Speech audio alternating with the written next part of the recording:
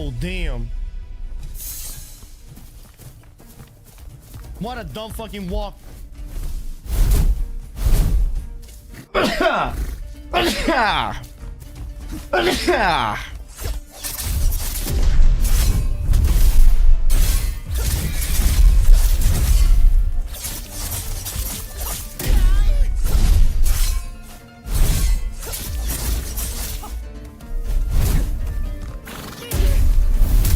Oh, damn. I cannot lose. I cannot do that. This is the first time I have to attack several targets. How do I...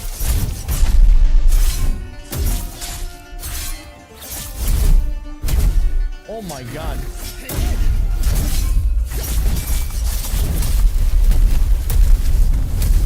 Oh my Jesus.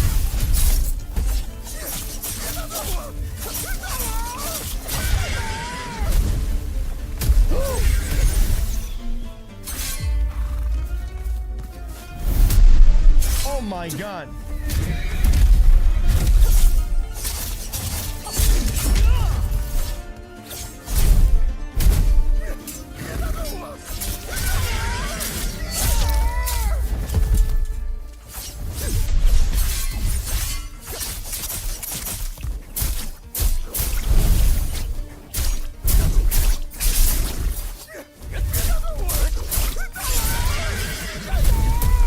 Damn, I guess I'm not gonna parry that.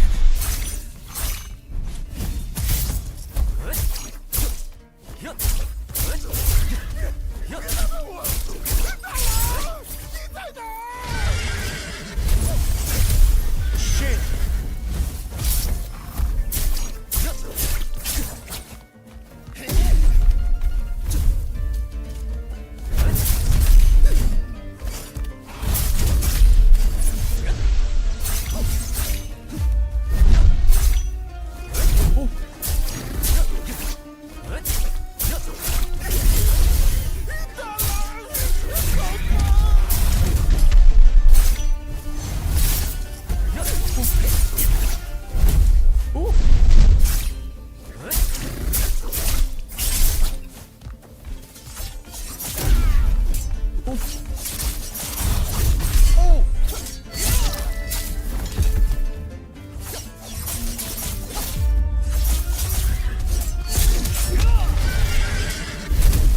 Jesus!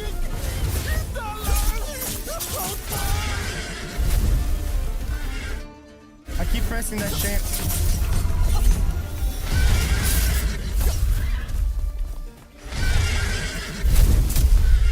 Wow, that cannot be parried. Maybe jumped.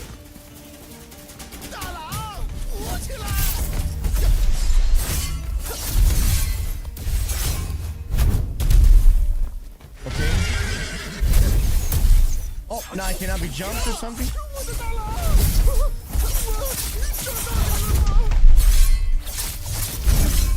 I parry that shit. Whoa!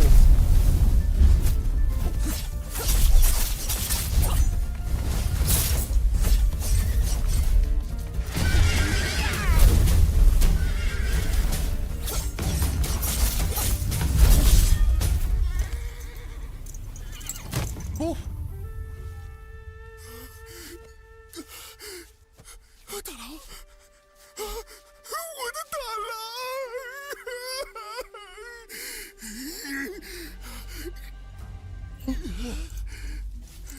Oh shit. Yo, welcome in, boys.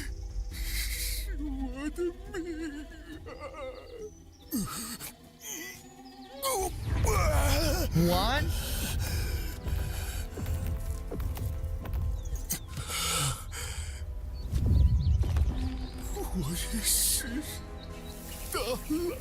Oh my god, this was only the first phase?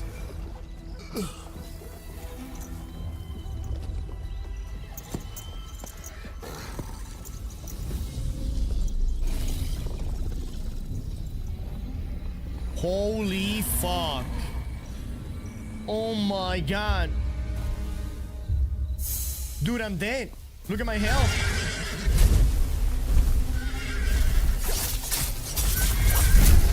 Oh. stuck here.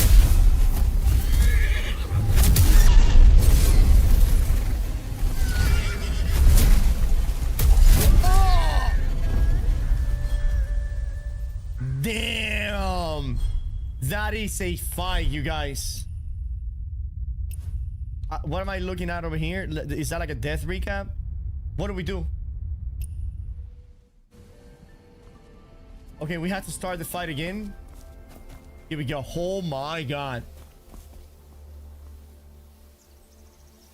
1 HP trying to write that thing. Respect. The horse is a Warhammer. That is crazy. The thing is, I haven't leveled up my weapons, so I don't have any skills with them. I have no skills with my sword. And I don't have no skills with this thing because I don't know how to level them up. How can I unlock skills for these weapons right here? Can I not do that now? Your skills are blocked. I see. Let me then change to weapons that I have skill with. Okay. What is that?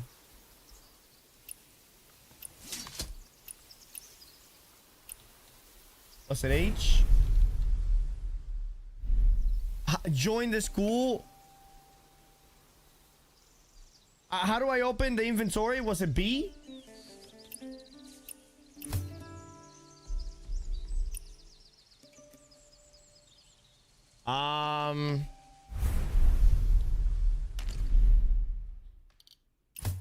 Okay, right here.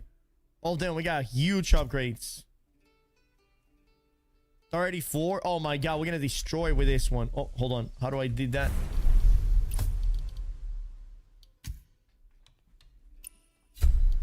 Okay. And I'm gonna do umbrella secondary. There you go. Here. So you quit New World? Nope, New World quit us. Nice.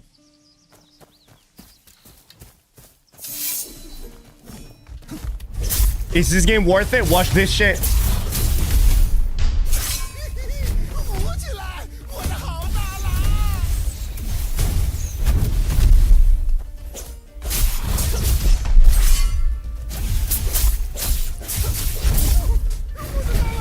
Oh damn, okay.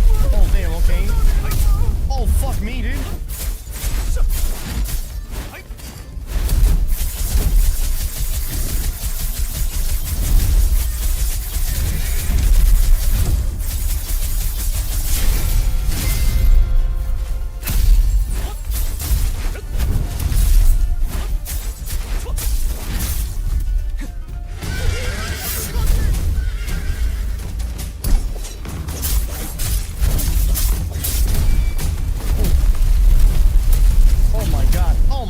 Fucking horse.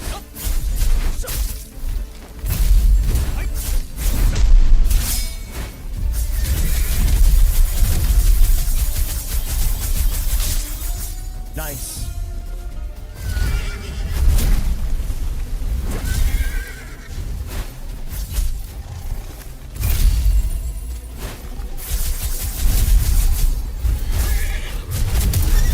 Oh shit, I thought I could parry that.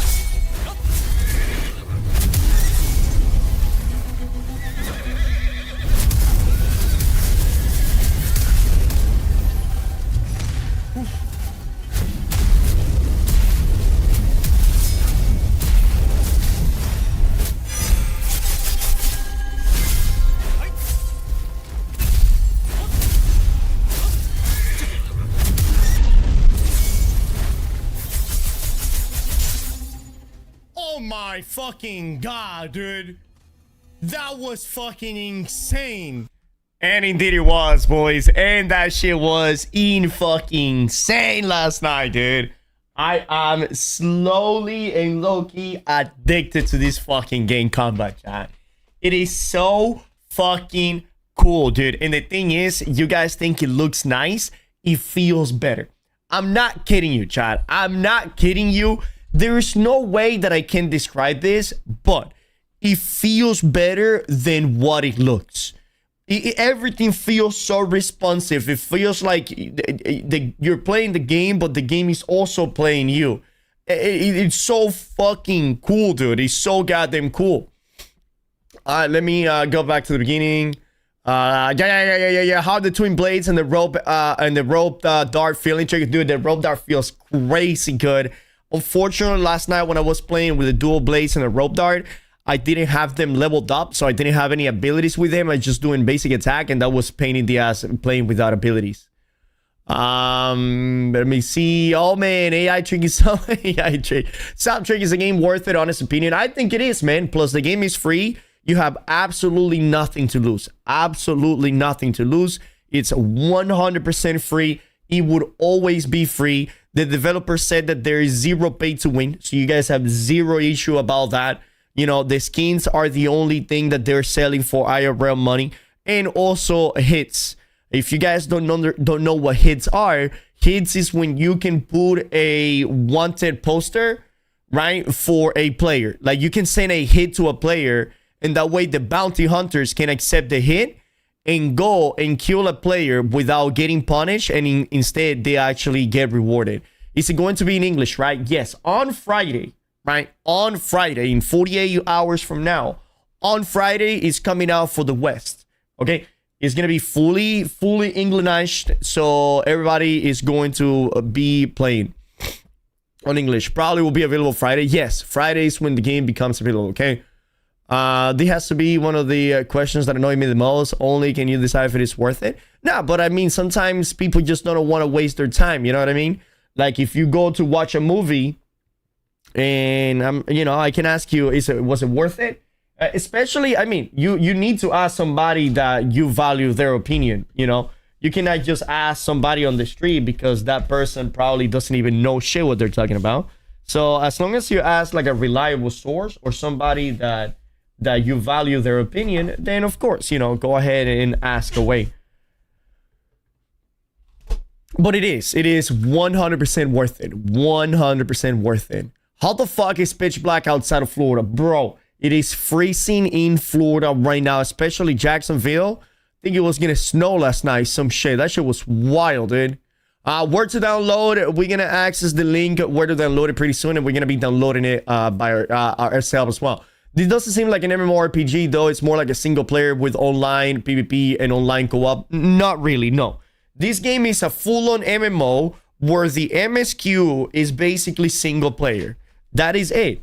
That is the single player aspect of the game. So you're doing the storyline of the game single player, which is just like New World or like The Division or many other games out there that you play, and the storyline, it just has nothing to do with other players.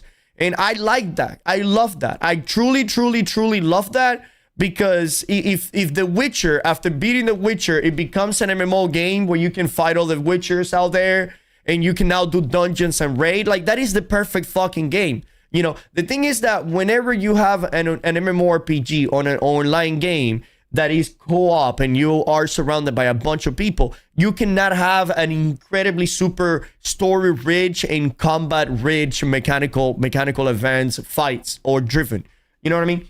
So the story mode of the game, the single player, you know, it's not even, you know, it's not even the biggest part of the game. So the story mode of the game and the boss fights, it's like you're playing fucking Sekiro, right? Literally, it's like you're playing fucking Sekiro. And then once you beat the game, right? And not once, you can do this anytime you want. Anytime you want that you want to, you know what? I want to stop playing the story for now, and I want to go ahead and enjoy the PvP, the MMO aspect. Boom, boom, boom, boom. 2 clicks away, you turn it on. The storyline goes away, and you're now in the MMO world. Everybody, you're surrounded by all the players. The people are running in the world. You queue for PvP, you queue for dungeons, you queue for raids, you queue for 1v1 ranked arenas, 3v3 ranked arenas, 5v5 ranked arenas, 30 versus 30 ranked guild wars. You can go into your guild castle, right? You can go into your guild castle and have 1v1 tournaments in your team. You can have PvE tournaments inside of your guild castle. You literally can have guild tournaments and PvE tournaments inside of your guild castle. That shit is wild to me. And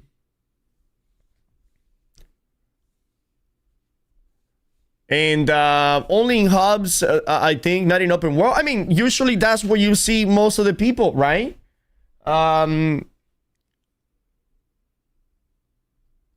You see them in hubs and you see them in dungeons and raid. Plus, the thing is that the majority of the people that play MMO, usually they stay inside of a city. Okay? 90% of the people that play World of Warcraft and the people that used to play New World, they were inside of a city, either Windsward, Everfall, Nighthaven, or Brinston, queuing for OPR, queuing for arenas, waiting for a dungeon pop. That is usually how it's played. And then whenever you want to do the exploration, then it's by yourself, you know? And the thing is, whenever you have an open world that doesn't have to render all of the players and all the players' interaction and stuff like that, the game runs at like 1,000 fucking FPS, bro. At like 1,000 fucking FPS. ECR wasn't alone. ECR was a New World only thing. That was New World special little thing. Try creating a new definition of MMO. I'm not creating a new definition of MMO. It's just that I think that this is modern MMO. I think the MMO genre needs to be broken down in two, okay? Traditional genre of MMO, which is like World of Warcraft, Final Fantasy, ESO, I don't even know, I never played Guild Wars, but you know what I mean. And then we have modern MMO, which is like story-driven RPG that then at the end of the game or anytime that you want, you can opt in into PvE, into MMO aspects of the game. This is an ARPG, not an MMO. Okay, now I want you to say the entire MMO genre out loud. I want you to say the whole genre out loud. MMORPG. That is the whole motherfucking genre of the game. That's the whole name of the genre. An MMORPG. It's always been like that. It's always been an RPG. MMOs, the only reason we don't say RPG is because the name was too fucking long. So we cut it down to just say MMO. RPG means that you can create a character. No, that's not what it means. RPG is role playing. Role motherfucking playing, okay? That doesn't mean that you just create a character. Role playing your character. Yes, literally role playing your character. Yo, boys, welcome in. Dude, do we run a 3-minute ads? Yeah, baby. Yeah, baby. Run ads? Okay, fine. I'm gonna run a 1-minute ad. Boom. No, 3 minutes is too much. Run ads now. Running ads. Show me one now. No, I just did 1 minute. Why is everybody? What is going on here? Why is everybody asking for ads? Stop it! Stop it! What is happening? We were having a civilized conversation until you all heathens showed up. What is going on here, dude? Honestly, I'm super glad that Baggins rated us. That way I know that he's getting off. That way I know he's getting off so I can play the game. Monetize us. Monetize.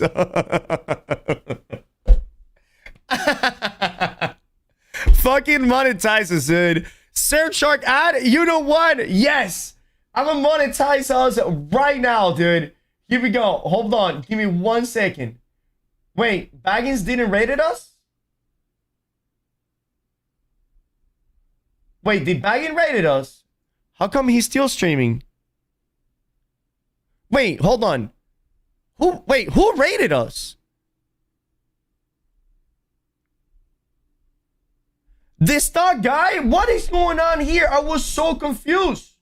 It is the star guy. It is. Oh, it's the star guy. I was wondering where would all of these weird people coming from? Well, shit. Hold on. Let me restart that.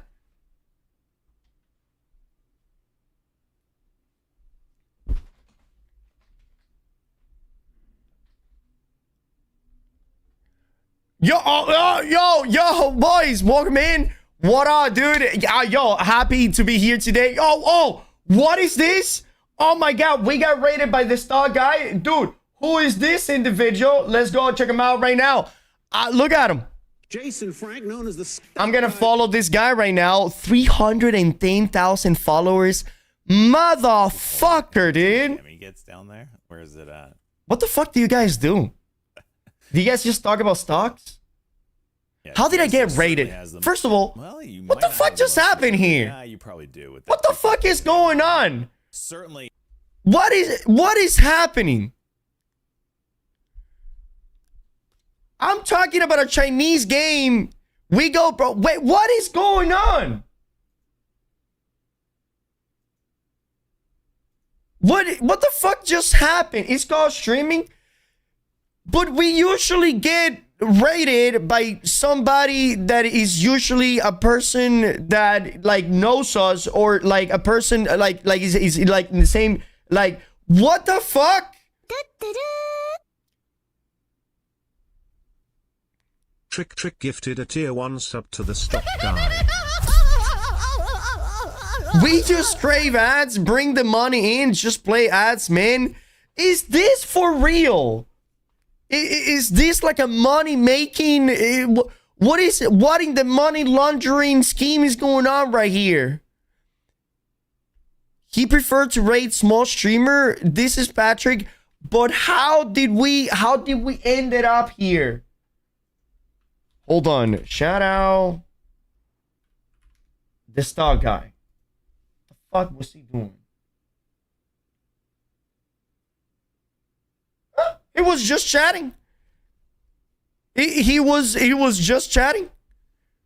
You look like the star guy. I mean, we were just chatting. Reland the biggest small streamer ready to help you grow. That is incredible. Thank you guys so very much. You already lost viewers, show ads. Okay, well, more fucking ads. I cannot run more ads. I cannot run ads for like 60 minutes, I think. Someone recommended you, whoever it was. That was incredible. Anyways, okay. Since most of you don't know who I am, I'm sorry. My apologies. I was not expecting this raid. He caught me completely and 100% by surprise. I was talking to chat. My name is Trick. We are a 3-year-old streamer. Well, we're not 3 years old. We've been streaming for about 3, almost 4 years. Give us 3 minutes at favorite ads. Tell me when to buy. Wait a minute here. What the fuck you guys think this is? I don't run ads. Well, I do, but chill. Okay, chill. What is it? What is happening here? We're watching a baby. My name is Trick, and we stream video games. We used to play a game called New World. I don't know if you heard of it. Okay. Oh my god. Oh my god, dude. My excitement is literally coming out of my nipples right now, dude. I'm giving you guys a warning, all right? No one interested in who you are. Yes, the people. Oh my fucking god. Okay, one more and he's gone. RIP New World. Dude, New World died, man. New World died. So we've been streaming New World for basically ever since it came out. And but yeah, we stuck to it for a bunch of years. And we fucking loved it. We had such a great community. We had such a great community in there. The game was getting a million times fucking better. My hums.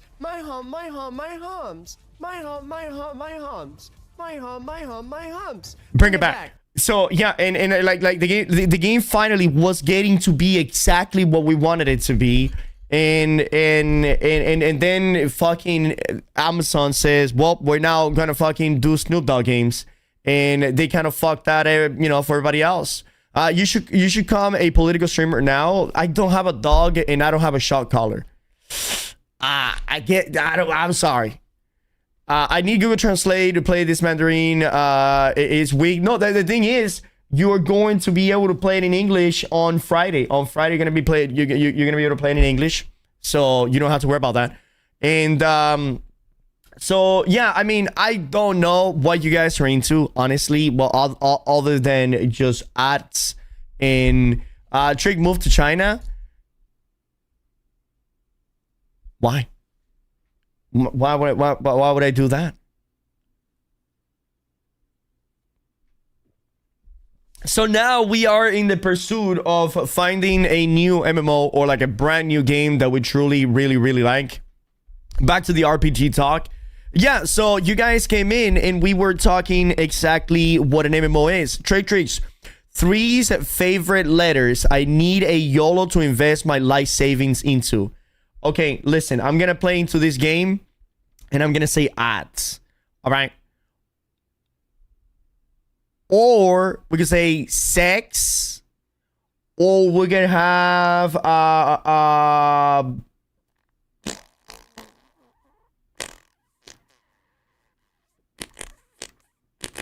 I think those are the only 3. What? Gay, yeah, gay. Gay sex ads. Sex is overrated. Yeah. Anyways, what the fuck, dude? What a roller coaster of fuckery just happened. Thank you so very much, the stock guy. Shit, chat. You know what?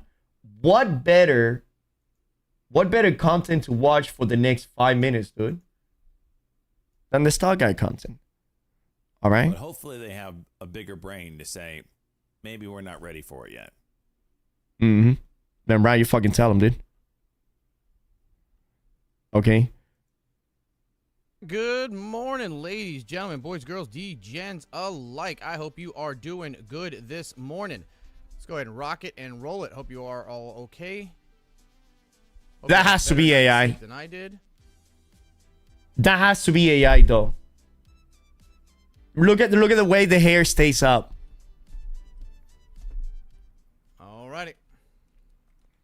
Dude, I love me some marbles, dude. This is not a signal service. I love me some... I am in TKC and Rail, but Rail is going to be a holiday play and waiting for open... Alright. So what are we looking at here? Talk to me, boys. Oclo up on $0 earnings, Circle down on 250% earnings. How come? Oh, well, the move has been very... Stonks? We're looking at stonks? A lot of unexpected expenses, but mostly because of Bayo. I took him yesterday to his next round of chemo, $1,250. It's like $1,200. Check out his highlight. We invest. He's responding well. We trade and invest in stonk. Well, okay, so I have $20,000 sitting right there collecting dust. What should I invest those $20,000 right now? Should I donate it to the stonk guy? Like, what should we do? Like, what do we do? Like, how can I make that money? How can I make that money go? Dude, I think you were put here by God. Vu? Who the fuck is Vu? Is that a ghost? Are you trying to scare me? What are you guys doing here? All in Vu? Do it. Buy low, sell high. S&AP 500 is the safest. We're win mid stock. Okay. It's gonna cost more money. Like it's crazy how that works. Like it's like, oh. Okay. Let me see the highlights. Recent highlights. Here we go. Okay. All right, so let's do the whiteboard real quick. Okay. Whiteboard time. Okay. All right, let's talk about 50-year mortgages. All right, so there's been a lot of Let's talk do it. about 50-year mortgages. All right. And I can't understand why people think this is a good thing. I mean, there's going to be people out there that say it makes it more affordable or more attractive for first-time homebuyers to get That's in. right. No, it is not. It is a fucking scam. Okay? It is a scam. Okay, I'm listening. Explain to you something. Okay? People will forget what a car, you know, at 144 months does. Okay? Okay. Obviously, I'm going to give you a difference right now. Okay? I'm going to put a $500,000 house. That's a good. Okay. That's a good fucking house. That's a good for a $500,000 house. That's a good fucking house. And I am going to put it. So a house is the worst investment I can make as a young person. Now describe young. At 6%. Okay, and I'm going to do a 15-year, a 30-year, and a 50-year mortgage. And I want you to see what happens here. Okay? I'm listening. Okay, also, what if I'm military? Right? What if I have like military discounts and if I have like you know, what? So I'm going to do $500,000, and I'm going to put 10% down payment. Okay, that's a lot for some people, but we're going to put. Oh yeah. The down payment, like our down payment, it's not so high in yeah. Right, so we're going to put $50,000 down payment, which again is probably not happening for most people. But let's just do it for the sake of argument. Okay. All right. Now, your loan amount is going to be $450,000. Okay, so your loan amount is $450,000. Now, remember, this is a $500,000 house. Okay, it's a $500,000 house. Now, one thing to remember is that amortization takes place. And what is amortization? Oh my God, I'm so glad that he answered that question because I had it, dude. I had that question. What the fuck is amortization? That is where you pay, because you're going to pay the bank first. You pay interest first. Okay? Meaning that your payments over time will look like this. Interest, principal. Interest, principal. It isn't until year 20 on a 30-year fixed mortgage where you start seeing it go like this. You pay the interest first. You are renting from the bank first. So the longer you have it, the more interest you pay first. Okay? Now, so basically, what are you guys saying we do? We buy a house whenever we're 80, so then our kids have to pay interest? Hell yeah. the crazy thing about Maybe not. Maybe not. That's what he's trying to get at. most people Hold on. Let me keep watching. take 20 years to get to amortization. The average time that people own a home in America is 11 to 12 years, which means that most people never actually get anything on their house. They pay all the interest, and then the bank says thank you, and then they sell the house and move to another one and start all over again. Okay? That's what's wild about this. But I'm going to give you an idea of what this is going to happen. Okay? Okay. At a 15-year, remember, the shorter the amount of the loan, the higher the monthly payment is, the higher the mortgage is, right? Because you have to tackle more in a shorter period of time. Okay? But you can pay extra on principal. We know that. I've been preaching that for a long time. Now, if I put this on a 15-year loan, okay? And we're going to put PMI, because you're going to have PMI. Nah, you buy a house and then you pay more than your mortgage each month, so you just use the banks temporarily.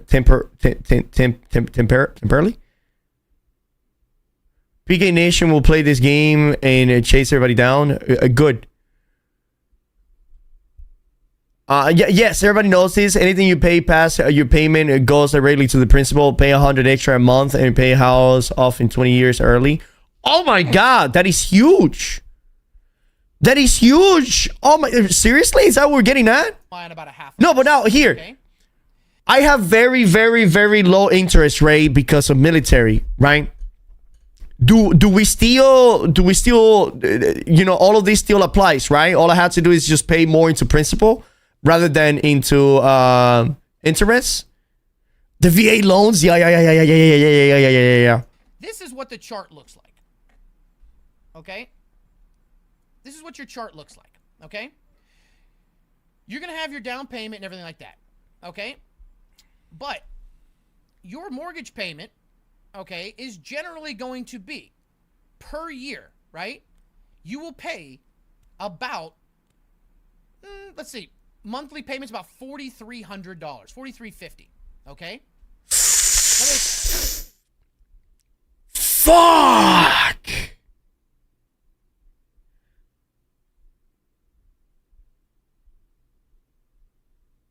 God damn! That's a lot of money every year, dude. Another I mean, every month. in PMI if you don't pay it down, okay? 50,000 down payment. So you're gonna pay that much, all right? You're gonna pay that much.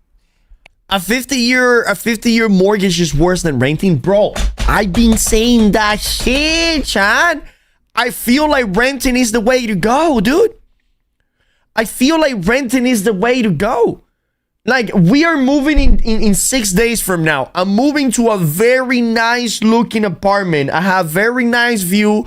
I don't have to worry about a fucking thing. I don't have to worry about something breaking. I just call maintenance and they fucking come in here and they do a shit, you know?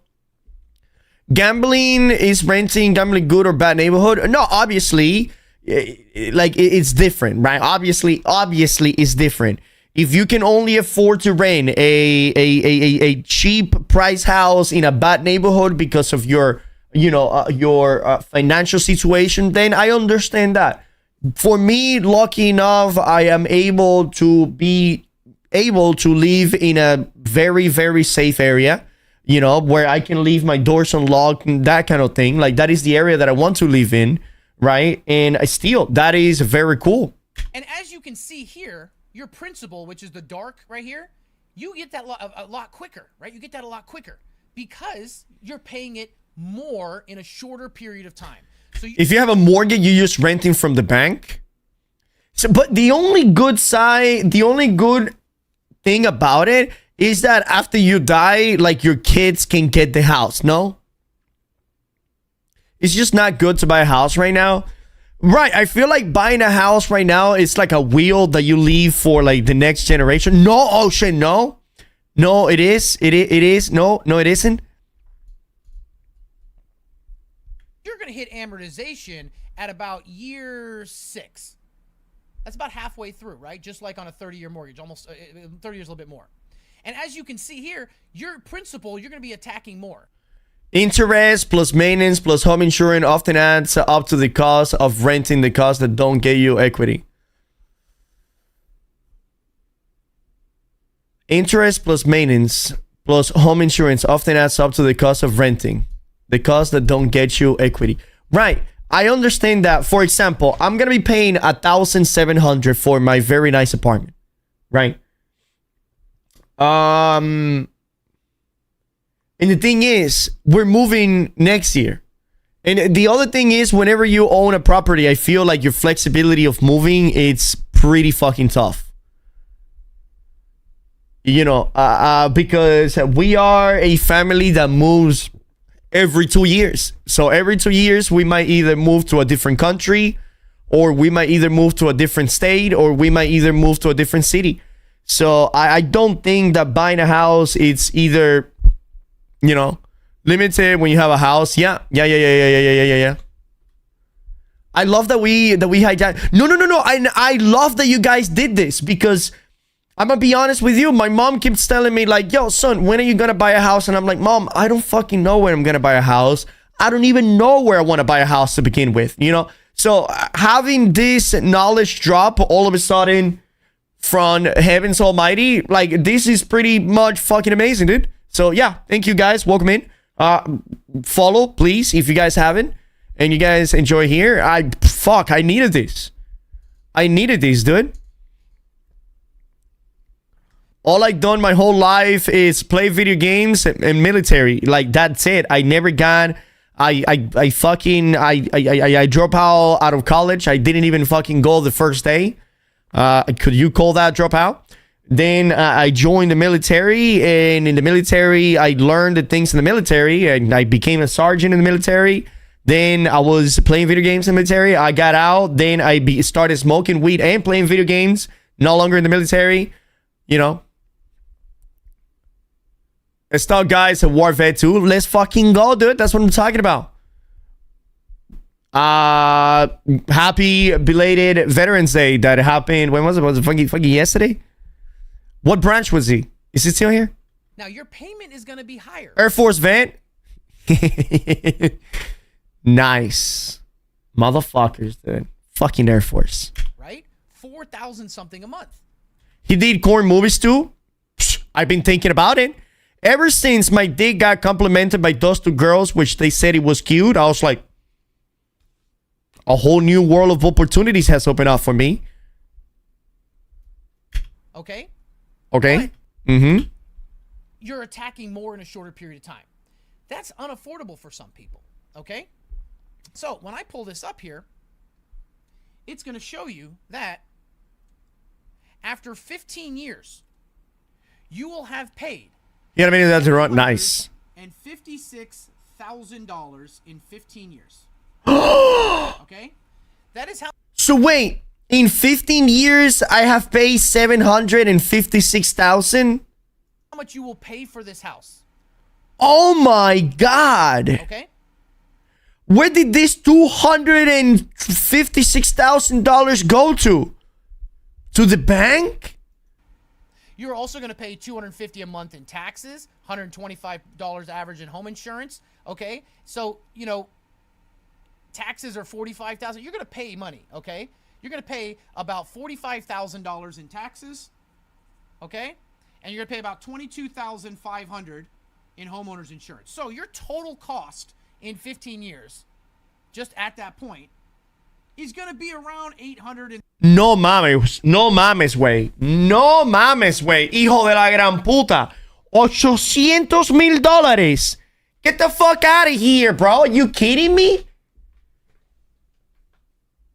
$30,000, give or take. So in 15 years, you will have paid $830,000 for a $500,000 house. Now, the house gains an average of 3% a year, right? So it's going to offset a little bit. But that's if you do it in 15 years. Now, Fuck the house, own the land trick. So wait, hold on. If you own the house, you don't own the land that the house is in it?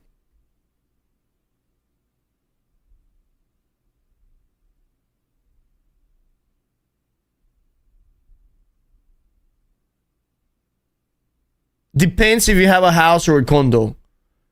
No, you do not under the land. Nope, you own it. You own it all. You own it all. Incorrect is 90% of the situation. Nah, the land is a whole other thing. No fucking way. I mean, you do, but you pay taxes on it. So you will always pay taxes on your house and on your land, regardless of how, if you already fully paid it or what.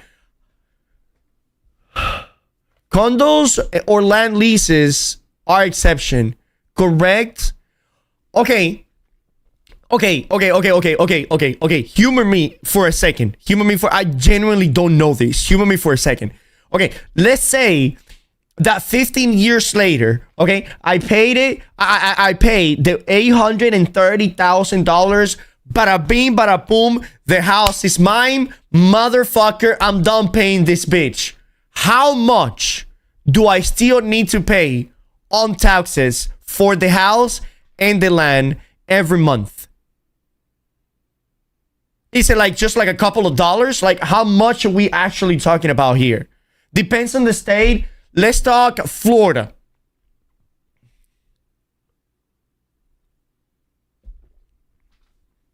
Let's talk Jacksonville, Florida. So for $800,000, you're paying $32,000 a year, around 1% of the value of the house.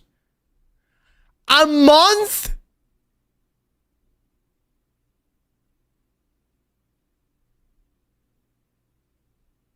A year? Oh, a year. Okay, so it's just a couple of $1,000s a year. Oh, okay. I was like, bro, what is this? Okay, that's not bad. After you have spent obviously $830,000. So it seems to me only rich people can really buy places. There's no fucking way that the working class can buy a house. This is just not achievable. Especially if they have kids.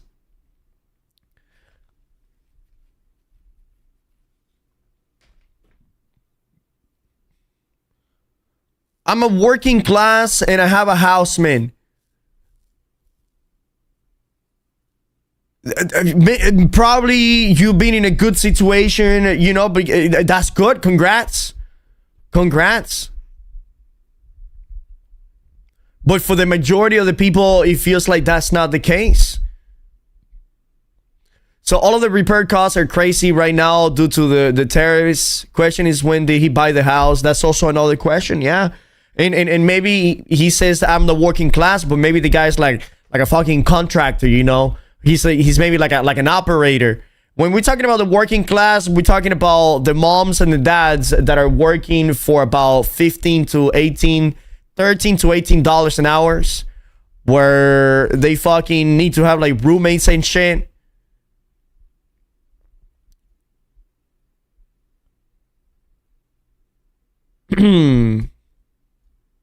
I'm a doctor, to be honest. Yeah, I mean, I would say, yeah, you know, doctors, I wouldn't say doctors are really the working, like, you guys work like a motherfucker, but you guys also get paid like a mother, like, whenever we say the working class, I guess we should be saying, like, the below average class, you know what I mean?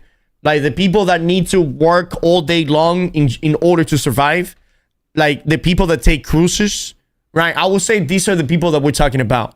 The people that they work all year long, and then at the end of the year, they take a cruise. Like, what a motherfucking waste of money, right? Like, fucking idiots.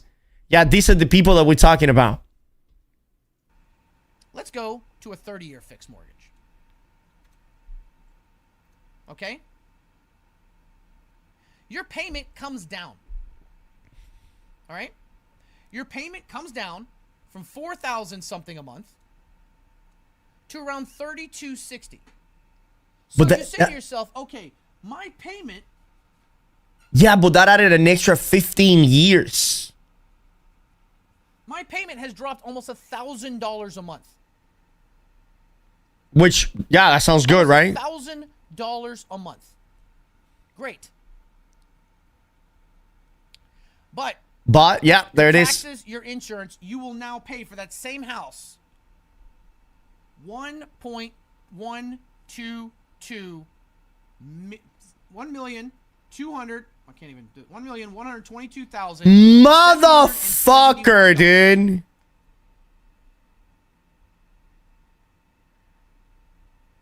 You got to factor in the increase in interest rate when going from 15 to 30, 30 to 50. I'm trying to just do a basic one so people can see this right here. Motherfucker, okay, dude.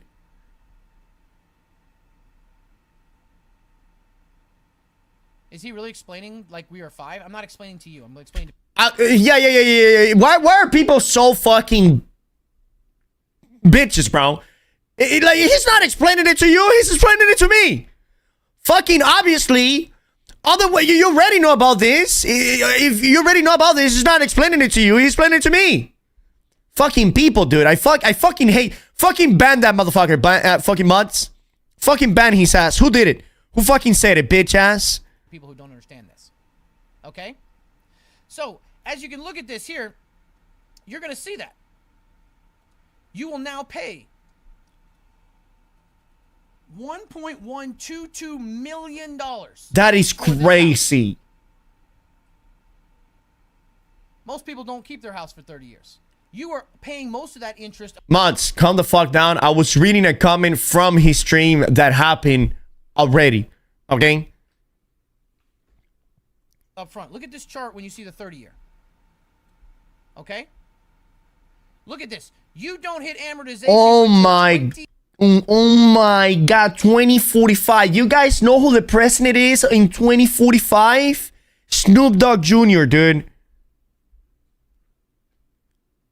Oh my God. That is crazy times to be owning a house. 45. That means all of that money that you've been paying is all interest. you're not really building much equity. When you make a monthly payment, it is going to be 20 years until you make a payment and more goes to the principal of the house and Then it goes to the interest. Then on the interest. That is crazy. Now let's do a 50-year. I don't want to do that. 50 years, I'm already dead.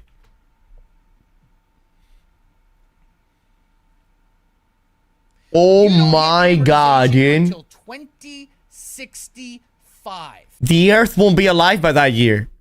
So why even bother? Your payment comes down. What was it at 30?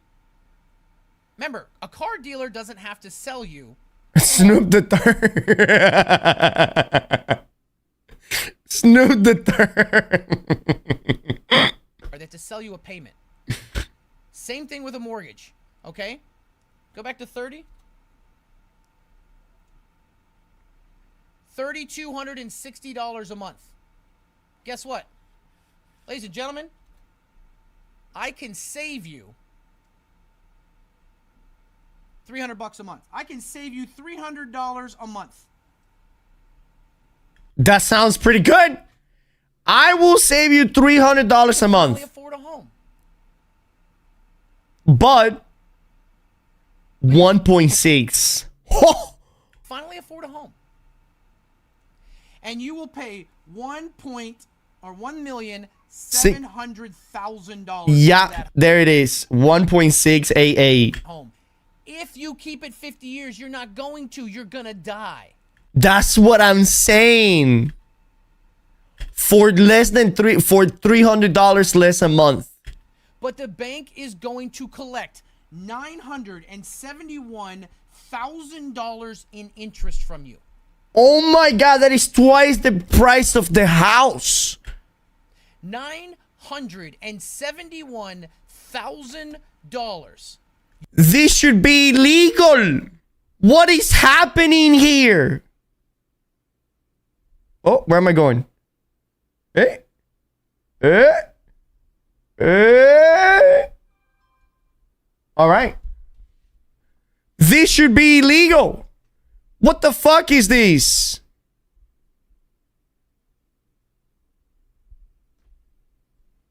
It should be. That's how it works though, motherfuckers, dude. You are going to pay in interest to the bank. This is worse than renting at this point. Yes. Okay? Let's call it Rent Plus. This is worse than renting. Because look at this. This is, you don't hit amortization until 40 years from now. And you want me to be super fucking real with you, Chan? Like, do you really ever own anything after you've Sliff? Thank you so much for the sub, man. Like, once we die, like everything that we own is just is fucking gone. Like, our kids probably will sell that house. There's very little chances that our kid will actually be in that house. They're gonna sell our properties. They're gonna sell our, you know, possessions. Like, what is this, bro? This is not worth it. It's not worth it on slaving. You know, it depends how much you are paying for rent versus a house payment. The thing is that whenever you buy a house, it has to be the house. You know what I mean? It has to be the house. You cannot just go for a house that you don't feel like it fills with joy. You know? You have to find the house. On top of first of all, I feel like house hunting is a fucking pain in the ass, bro. I feel like that is gonna stress the living shit out of you. That's going to keep you super fucking worried about the marketing. Should we buy now? What do you, the prices are too high? Where are we gonna buy? Where are we gonna settle? And what about this? And what about that? Like, I feel like it's just so much fucking hassles, bro.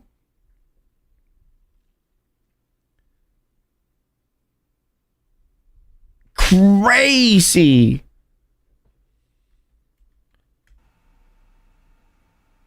This is just a way for people to get into the house.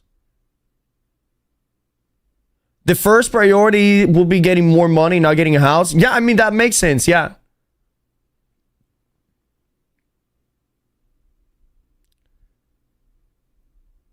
They just laid off 40 more people at my job. I somehow survived again. Oh my God, Kishi, I'm fucking glad, dude. I'm so fucking glad, dude. My daughter was paying $1,500 a month for rent. I got her a house and now she pays $100 per month. Yeah, you see, not everybody has a parent that will give their daughter a house. That is the exception, not the rule. I wish my dad would just give me a house, but you know what daddy's doing right now? I don't fucking know because I don't have a dad. How about the equity you'll build because all the idiots will get 50-year loan, causing more inflation in real estate? No.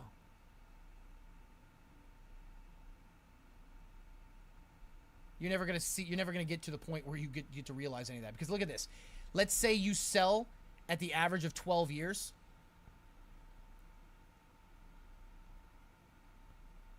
You have paid in 12 years, which is the average time somebody keeps a house, you will have paid $25,560 in interest. $2,800 in the principal. Not including 5% per year in non-returnable capital of taxes, insurance, maintenance, HOA, the whole 9 yards.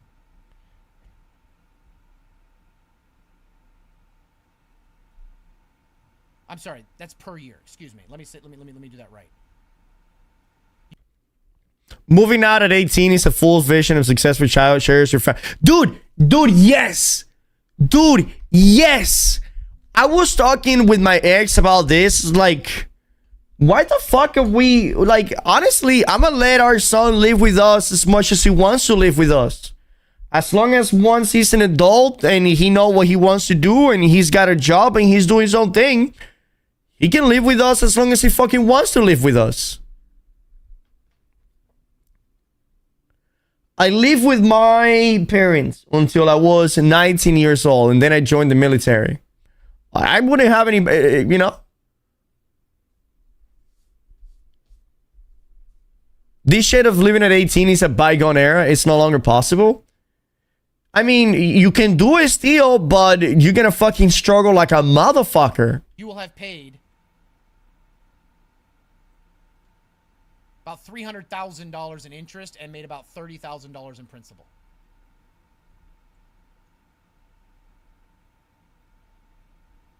Trey, do we download it on Steam?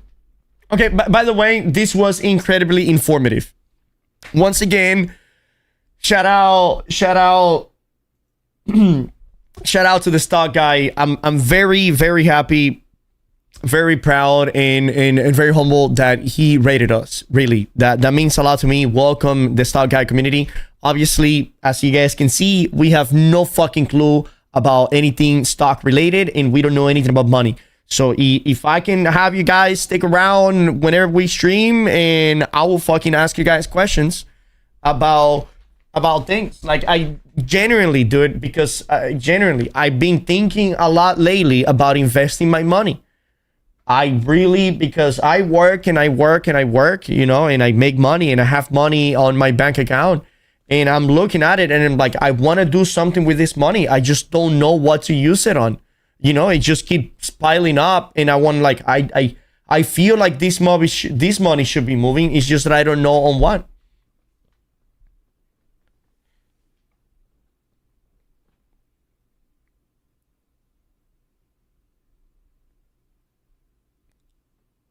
Money piles are nice, but what was the point? Just YOLO it on a penny stock. I don't even know what that means.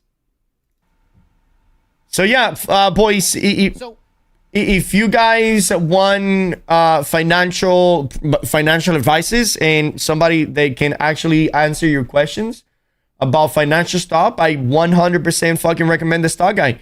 He literally just explained mortgage payment in an incredible summary.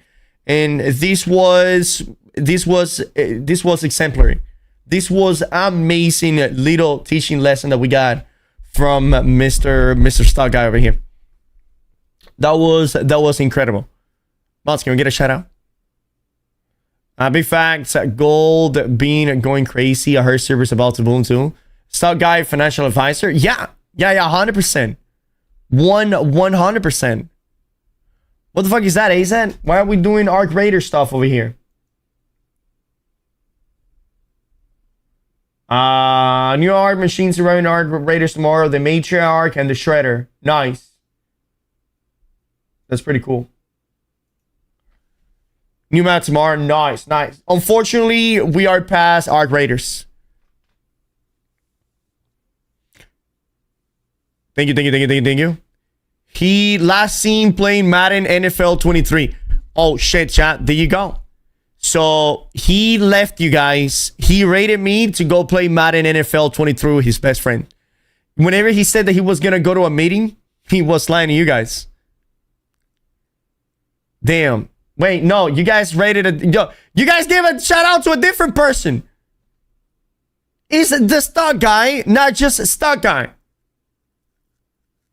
Unbelievable. Unbelievable, dude.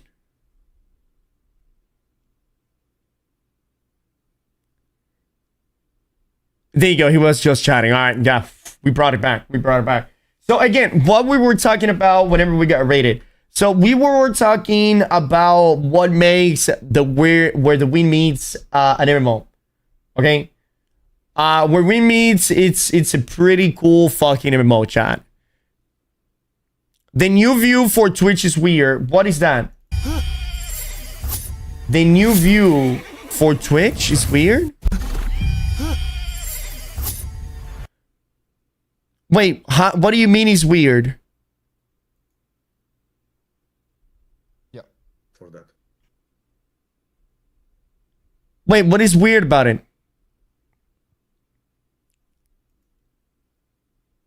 That is tough.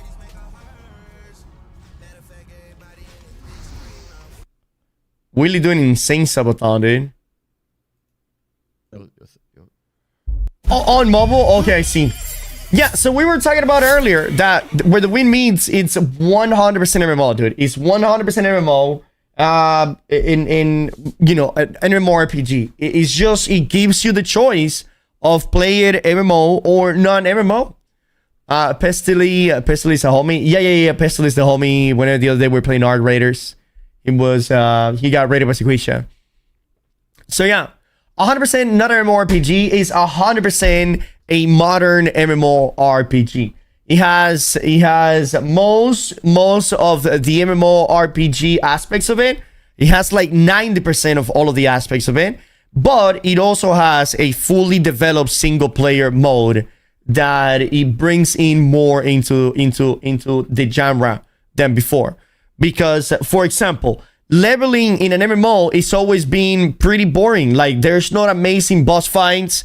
You know, yes, the story is pretty cool, but the story like gets better at the end of the game whenever you're defeating the raids and the bosses and stuff like that. Usually the leveling experience just doing like mundane quests, like run over here, talk to this person, go kill 3 pigs, and run back. This game is completely different. This game is, instead of running over there killing 3 pigs, this game is you need to have and play the whole story and defeat these big ass bosses and shit like that. If where the win means it's an MMORPG, then Fortnite is an MMORPG. No, Fortnite is a shooter. And no, it's not the same. It's not the same. Do you have a market with the players in Fortnite? Do you trade with them? You know, can you have 1v1 arenas with them? Can you have 30-30s with them? Can you create a guild with them? Can you have a guild house with them? Like, no, that fucking that comparison was dumb as fuck. That was such a bad analogy. My fish died. Yeah, fucking fish. Look, you're responsible for his fish being dead right now. Like, the only thing that is not MMO about where the win meets is that whenever you go into the open world to do exploration, you don't see other people. But besides that, everything else is MMO. And again, I'm a person that has played MMO my entire fucking life. My entire fucking life. And 90% of the MMO's activities happen sitting inside of a city, queuing for arenas, queuing for dungeons, queuing for raids. And whenever you are in the open world, you're pretty much doing your own thing. And yeah, sometimes you see other people, but that's not like the main point. It's fine if it's an MMO RPG. By the way, it just doesn't tick those boxes. It won't satisfy people looking for that experience, but it does. Again, the only thing that is not an MMO thing about it is that whenever you're in the open world, you won't see other people. But again, is that what makes an MMO? Seeing other players in the open world. What about all of the other 90% of the aspects? You know? Yeah, but whenever we say MMO, we're talking about MMORPG, right? We're talking about MMORPG. So what are the MMORPG aspects of what the win means, okay? So it has arenas. He has battlegrounds. He has dungeons. He has raiding. He has a community market driven. You know, he has commerce. He has trading. He has open world PvP and stuff like that. Okay? What does it not have? You cannot see all the players constantly in the open world. Is that it? Just because of that specific thing, that is because what game we talking about? It's not an MMORPG. If you're not getting teabag in PvP, it's an MMO. We're talking about where the win meets. We're talking about where the win meets. By those standards, Warframe is an MMO, but it is not.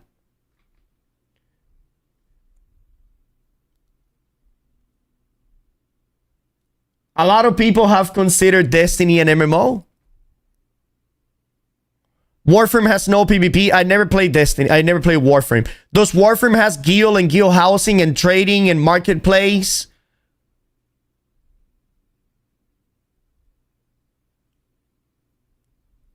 Yeah, I mean that's pretty cool. But no PvP.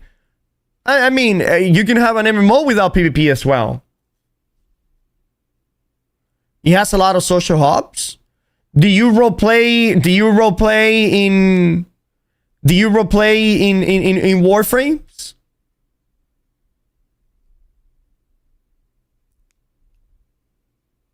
Sure. Then sure, it could be a modern MMO. It's just that people are so stubborn in differentiating the difference and how drastic it is from a traditional MMO to a modern MMO.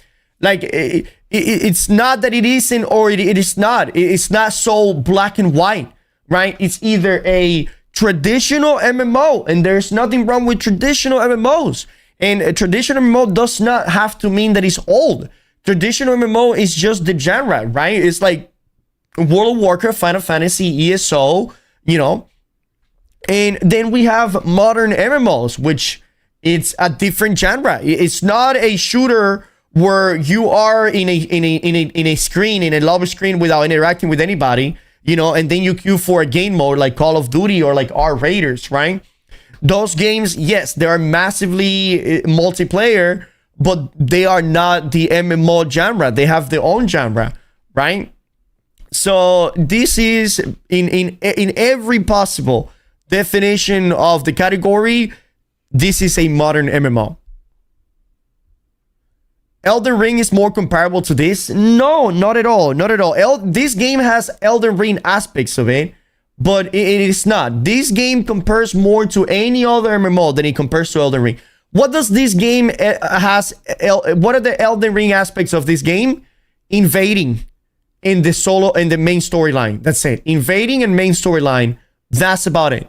Okay? Léeme lindo, que hola papi. Right?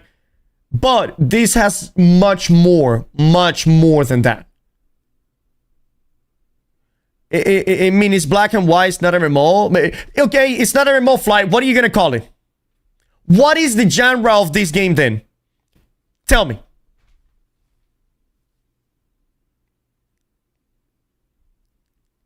What is the genre that will make this game like what would it classify more? What will be the closest definition of classification of this? Explain it to us. Co-op RPG. But it doesn't, it has more than co-op. Boys, it has a lot more than co-op. Like, what are you guys talking about? This is not just cooperative. Has a lot more than co-op. This shit has dungeons, raid, 30 versus 30, marketplace, trading. It has fucking guild building, company building, guild function, guild tournament competitions. What are you guys talking about? What the fuck are you guys talking about? No, Trick, this is an RPG with co-op. Bro, this shit has more MMO aspects than a lot of MMOs out there.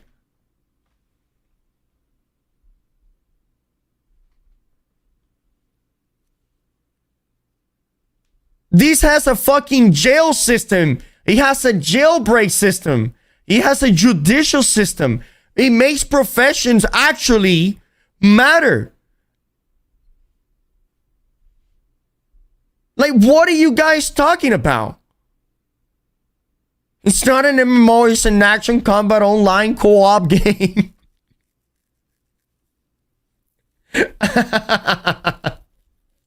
I heard that you can get married. Brother, if you kill a chicken, you need to hire a player that is a lawyer so they can take care of your ticket for you so you don't go to jail. What is more MMO than that shit?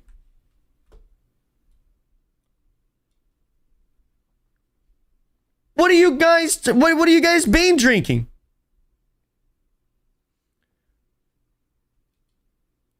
They think because you can have an instance without all the players that makes it not a MMO. Yeah, just because you have a choice to play the game single player, that doesn't take away from being an MMO.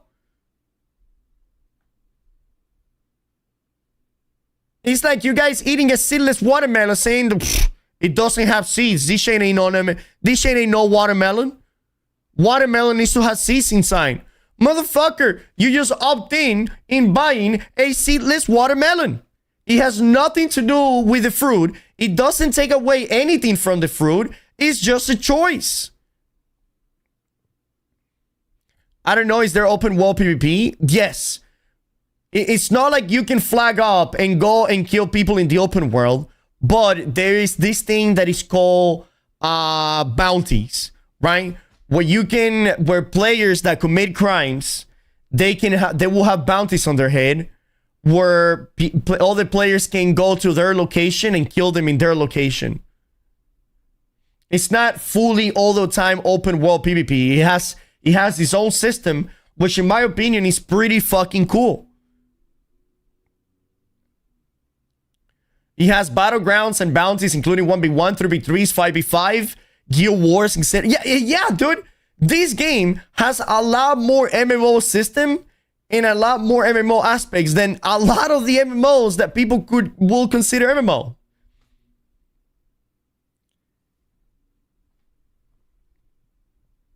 And it's free.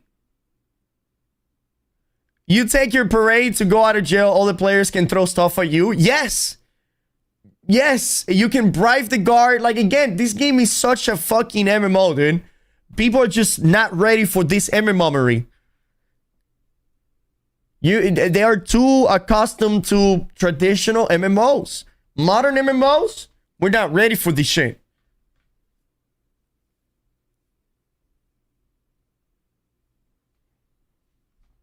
Weren't you an Arc Raider gamer? No, I was playing Arc Raider waiting for this game to come out. That's classic MMO like Arcade. Yeah, traditional MMOs.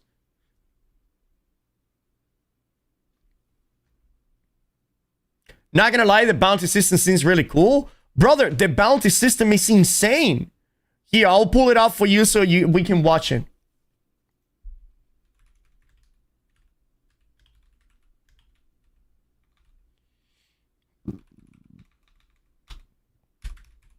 Here. Let me pull it up. Hello guys, it's me again, and welcome back to my channel. Thank you all for the reception. This system that they had it into the game It's probably one of the fucking coolest PvP systems that I've ever fucking seen, by the way. To the previous videos. Furthermore, I've also received countless questions from everyone. Basically, the Wanted system is the game's law system, almost like in GTA. So this is, again, the Wanted system is like that open world PvP system, okay? I think everyone probably knows this already. I'll divide the analysis into two types related to this system: the bounty hunters pursuing official warrants, and the wanted person, or the criminal being hunted. 1. About the bounty hunters' official warrants. You see that guy there? That guy is a prisoner that they're being displayed in all over the city so people can throw shit at them. So, first up, let's talk about the bounty hunters. You'll accept official bounty missions in this bird icon tab, specifically under the Bounty Hunt section. You can hunt both wanted NPCs and players listed here. The game has NPCs who are pickpockets or thugs listed under Official Pursuit. Wanted players are... The way I interpret an MMO is open world, shared world for mass amount of players. I randomly see other people randomly free roaming. But again, I really don't think it matters at all. It doesn't really matter, I fly. But again, that is just an aspect of an MMO. Okay? You cannot just take one aspect of an MMO and say that unless all the games has all of these aspects, it's not considered an MMO. You know what I mean? You cannot just take one aspect out and say, unless it has all of this, and this one is not an MMO. Because what about all of the 90% similarities that it has to it? You know?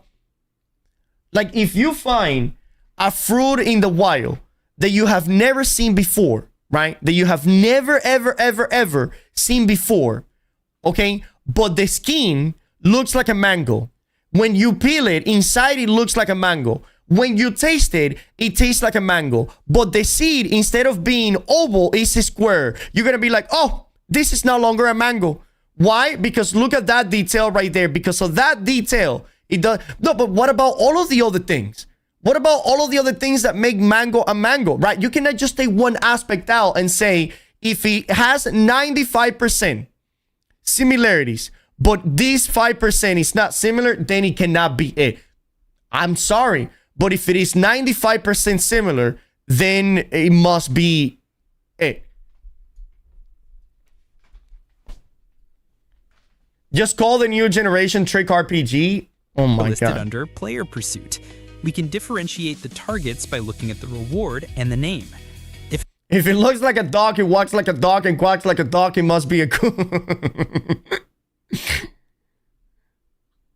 Dude, and this game, you guys know, it's been out for almost a year in China.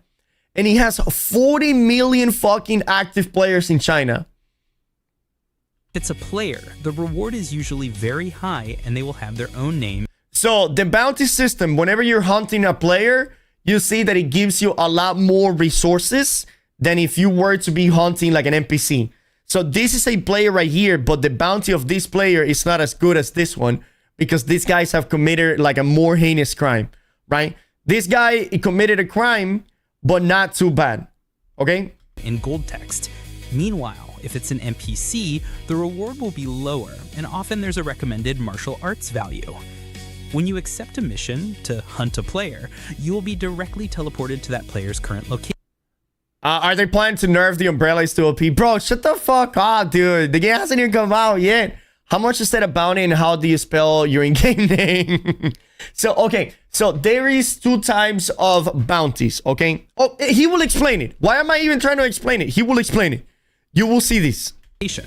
Your mission... So, whenever you accept a player bounty, okay? Listen to this. Lower, and often there's a recommended martial... Let's go, Trick. What weapon you liking? I'm liking the dagger rope, the rope dagger, and I'm liking the umbrella or the dual sword. Jessica! Thank you so very much for the sub and welcome in. I appreciate that. Arts value. When you accept a mission to hunt a player, you will be directly teleported to that player's current location.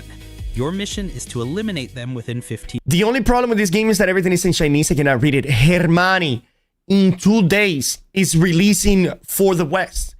In 2 days, it will be available for every single one of us. minutes, and you will receive the reward. Easy. Think over the 16 months. Very simple.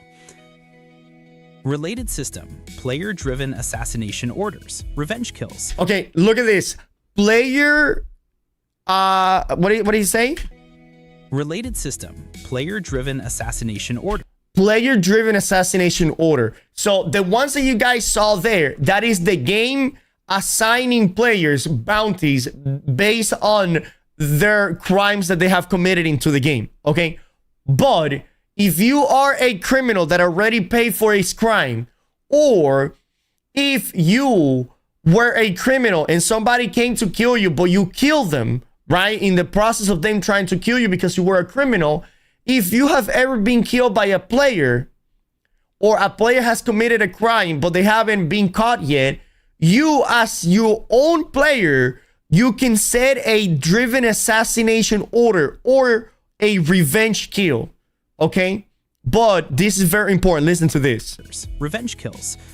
Now, separate from the official warrants, there's another fascinating tab right next to Bounty Hunt called Revenge Kill or Assassination. In this tab, players can proactively issue assassination contracts on other players. Think of it like putting out your own personal hit. Yep. You put on your own personal hit against somebody. But are there any limitations? Can you just target anyone with enough money? Well, based on what we've seen, limitation 1, target list. You can't just type in a name. You cannot just type a name of a person that has never committed a crime, okay? You cannot assign an assassination hit on somebody that has never committed a crime. It has to be a player that has killed you previously or a person that has committed a crime. You have to select your target from a pre-existing list, revenge target list. In fact, you can. Oh, you can set it up on anybody. By the way, we do have Steve. He is an insider from Where Win Meets, that he's been helping us with any question that we have about the game. So, in fact, you can set it up to whoever you want. Got it? That helps prevent griefing. Maybe not. Who knows? Of players you've had. Oh, the things, midichlorians, is that whenever you want to send a player-driven assassination contract, it needs to be paid with real money, okay? That is the only downside to it. If you want to set your own personal vendetta hit list, you need to buy the in-game currency, okay? Previous conflicts with, like someone who killed you. So it seems geared towards personal vendettas, not random harassment. Yeah, So it's more if you really don't like somebody, if you really dislike somebody, right? Not much of something that you will use to just grief a player that you don't like. Limitation 2, cost. You have to place a bet or cost, bounty cost, for example, 50 currency units, and choose an item as the reward, bounty item. Important point. So just like IRL, only rich people can take out hits. On cost. This bounty costs special currency, premium currency, top up. So initiating personal vendettas might cost you real money. All right then, moving on to the other side.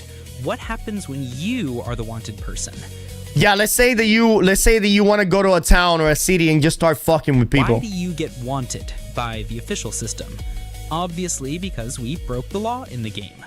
Behavior 1, killing NPCs. You will be immediately issued a wanted poster if you... Can we get you to dress up with makeup and when the game comes out? Bro, the game comes out in 2 days. Where the fuck am I gonna get a Chinese traditional dress with makeup?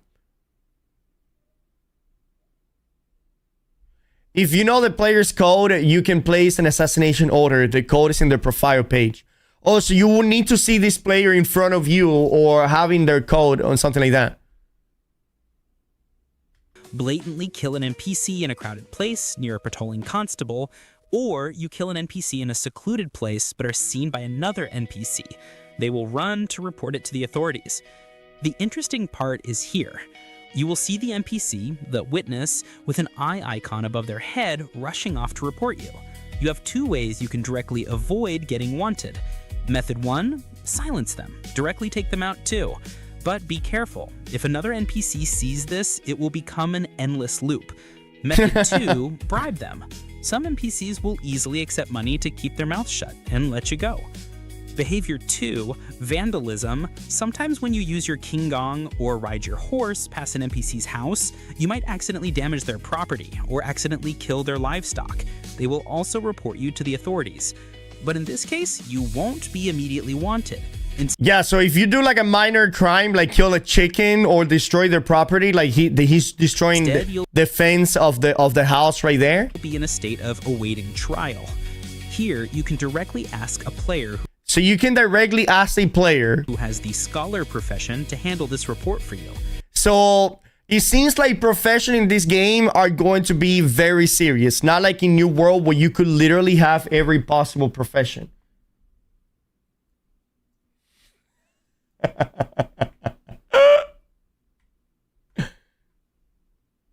Wait, they all have Down syndrome.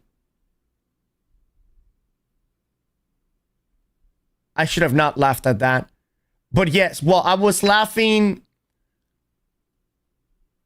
at the makeup. Fuck, you sent me out on that one. That was a fucking setup. That was a setup. Hell is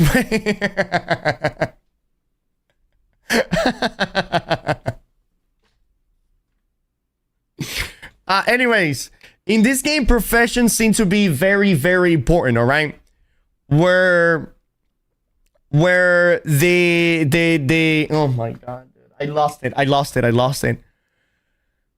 Where it seems like you cannot have many professions, right? You cannot have many professions. You can only have maybe like one or two. So if you commit like a minor crime,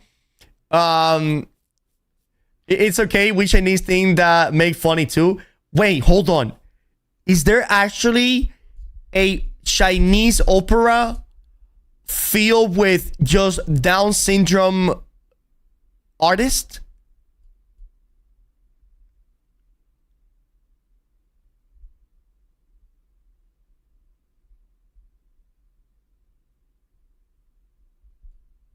What is the name? Can I have the link?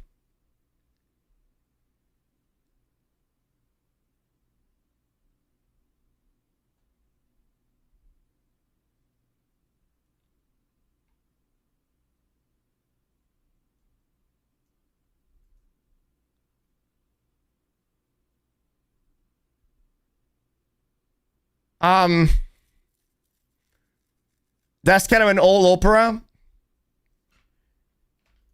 Okay. It'll cost you a small fee.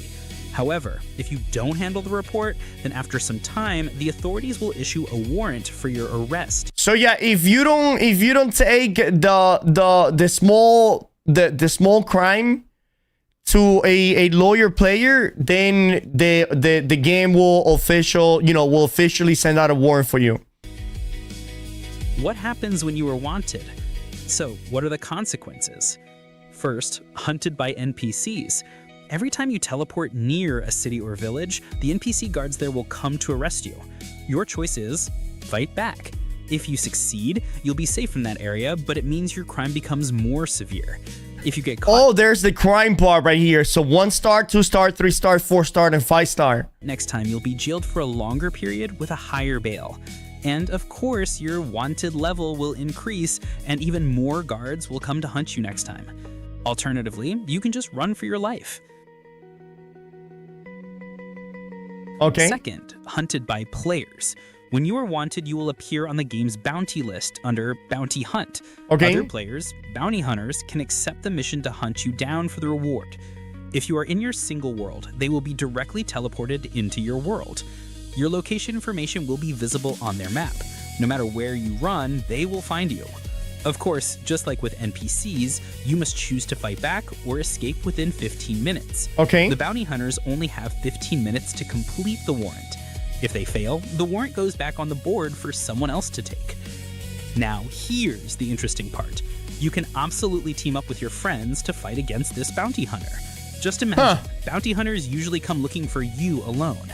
What happens when they teleport into your world only to find a... So can bounty hunters be on a group and teleport like 5 of them onto you? Full party of 5 waiting for them.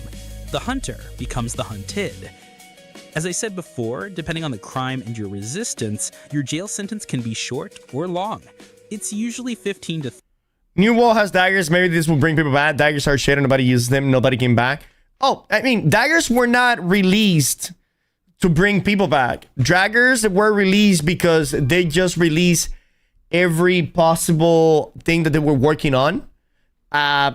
Because they don't care. The game is shutting down anyway. So they just released all of the things that were coming in Season 11. 30 minutes for minor crimes, 3 to 4 hours. Have you watched this yesterday? Yeah. But there's a lot of people that haven't. Hours for more severe crimes, and at most, it can be up to several days. Right When here. You get caught and jailed.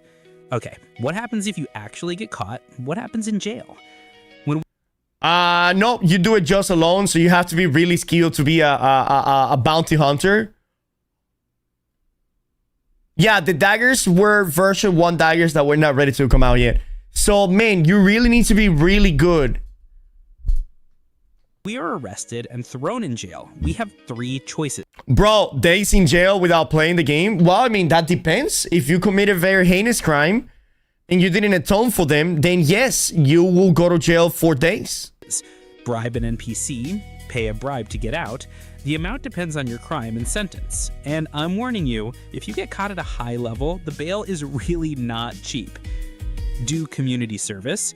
If you happen to all in your entire fortune on upgrading your gear and skills, then congratulations. Your next I respect you, silly girl. No worries. choice is to do community service to reduce your sentence. And the third choice, the most dramatic one, ask your friends or guilds to stage a jailbreak. Dude, this is where it gets good right here. And this isn't just about rushing in. Jailbreak is a proper instance feature, activated through the menu and has 2 distinct modes. Mode 1, Easy Mode or Retirement Mode. This is a stealth and puzzle mode. The whole team, 3 to 5 people, will enter through the prison sewers, sneak past the guards, and rescue the prisoner. This mode requires you to be on a quiet or empty channel.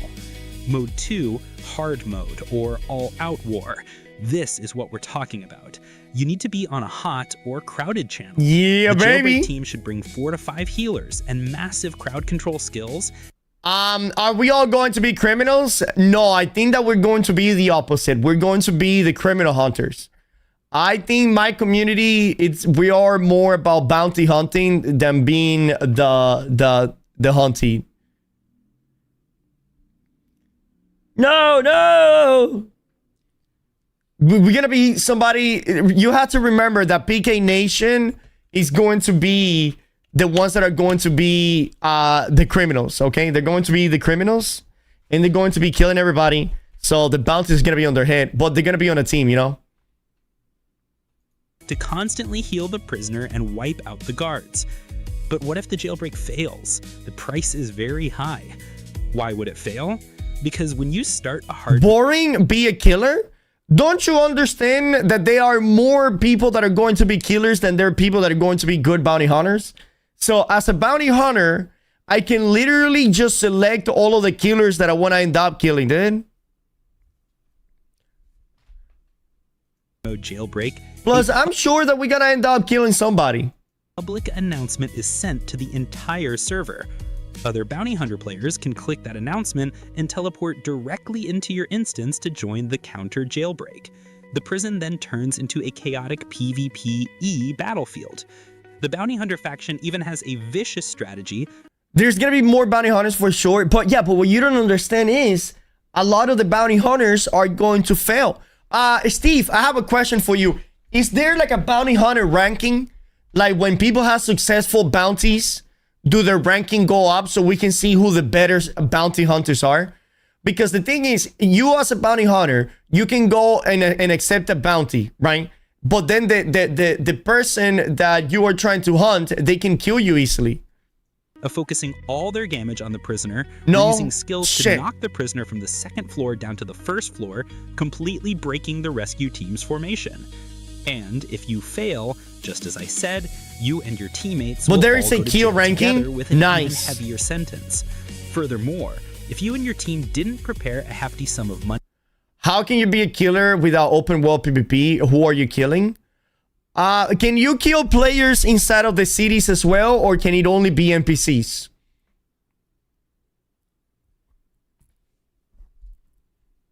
in case the jailbreak fails, then congratulations. You can all sit and play together in jail. Conclusion. So there you have it. That's the basic overview of the Wanted system, including both official bounties and player-driven revenge kills. See, it's a pretty interesting system with deep consequences. There are players at endgame who often party up with friends to wreak havoc in the game's cities, kill guards, or just enjoy the thrill of being hunted. From what I know, there have been people who lived with a bounty on their head for several days straight. You definitely have to try this feeling at least once. In open world, there's dual fights. In the global version. It's even more fun with friends. That's all for our video today. If you still... Nice. All right, what is also counted as skills? Uh-huh. Okay, what is the next video that you recommend me? Let's see. Let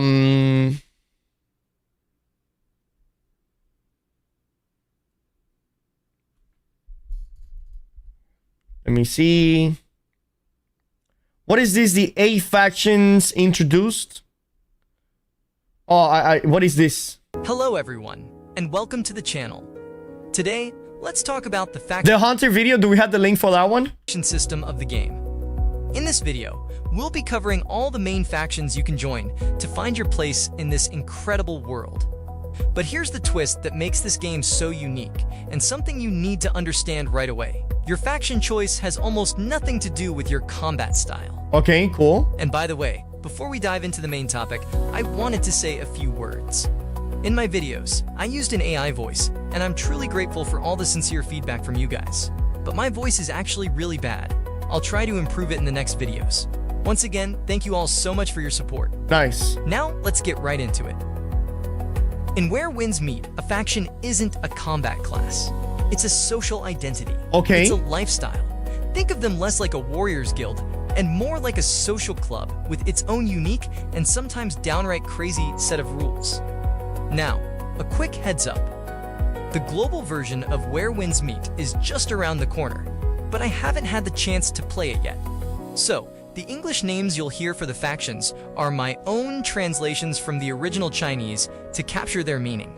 The official names in the final release might be different, but the core identity of each faction that we're about to explore will be the same. With that out of the way, let's figure out who you want to be. Okay. The first thing you need to know is how to get the awesome exclusive outfits. It's simple. Join a faction, raise your Jianghu status, daily Jianghu orders to earn reputation, Oh, okay. and then buy the outfit. Now, let's meet the factions. 1. The Midnight Guard. Vibe. For all you edgelords and PvP fanatics out there, this is the Professional Assassins Guild, the #1 dark force in the world. Dude, I like that. I like that a lot, dude. The Midnight Club. Let's go, baby. We are the Predators. Me and Dr. Disrespect, we're gonna be out there, dude. Let's go, dude. Rules. Their rules are brutal. You must get 10-player kills every week, and you cannot be defeated. I love that. You also have to maintain a high negative karma score. If it drops too low, your own faction members will hunt. The disciples are divided into 4 statuses based on their mental fortitude and the depth of their karma: faith, youthful cultivation, insightful cultivation, and 7 suffering. Order bearer, each status has a corresponding sect title. Okay, what did he say? High negative karma score. If it drops too low, your own faction members will hunt you down for being too soft. What? Join if you love high-stakes PvP, a ruthless playstyle, and the thrill of the hunt. 2. The Drunken Flower Pavilion. Vibe. I like that. The Drunken Flower Pavilion. Welcome to the Casanova's Paradise. This faction is for the social butterflies, the romantics, the players who love to build relationships. Rules.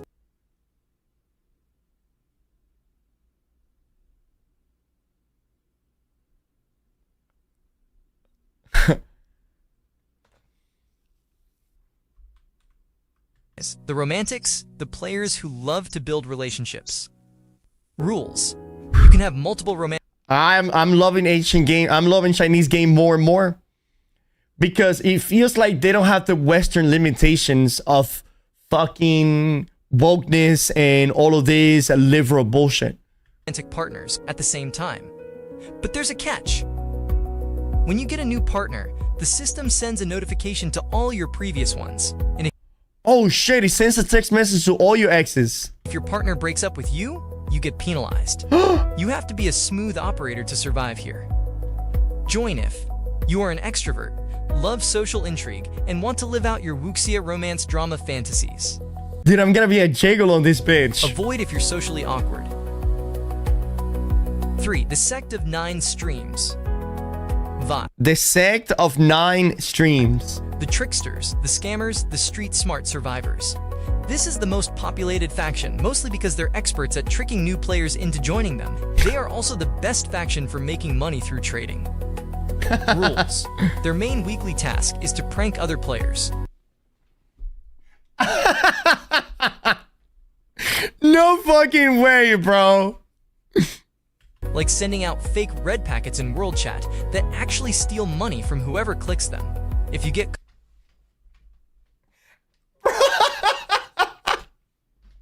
What?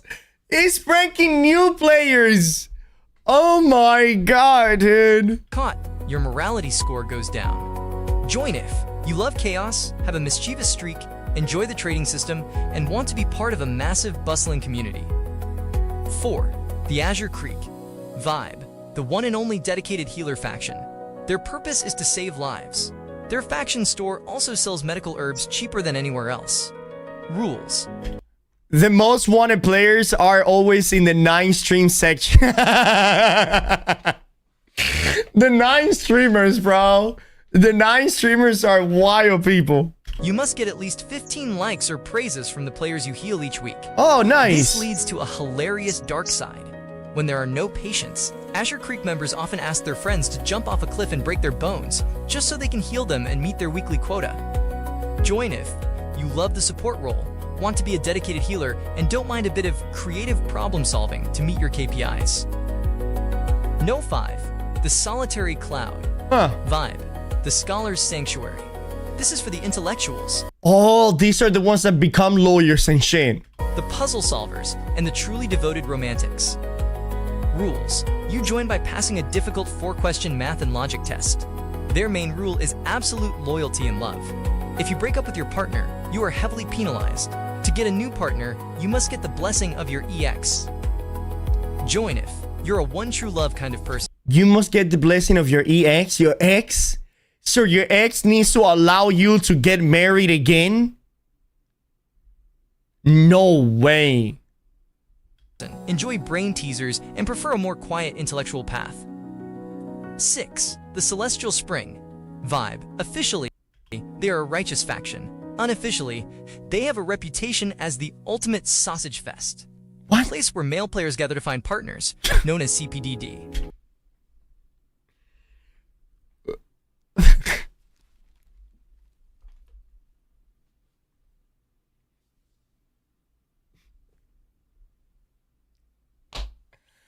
Really?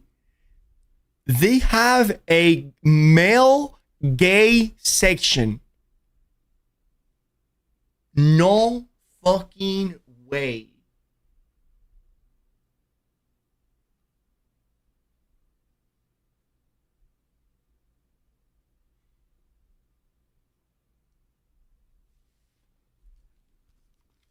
That is amazing. You have to join this faction. The Sword Stalling yeah. Can we triggerly join that faction? Oh my god. Well. Welcome, everyone. Same gender can be married in this game. Yeah, I mean, if you're in the Celestial Spring, Their chat is always on fire.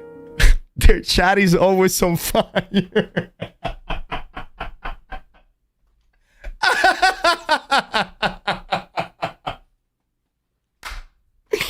Oh fuck, dude, their chat is always on fire. Rules. They have 2 strange rules. 1. You cannot team up with other faction members for bounty missions. 2. Your weekly income is capped at 1 million currency. Join if you want to be part of a very active and sociable male-dominated community and don't mind the strict rules on teamwork and income. 7.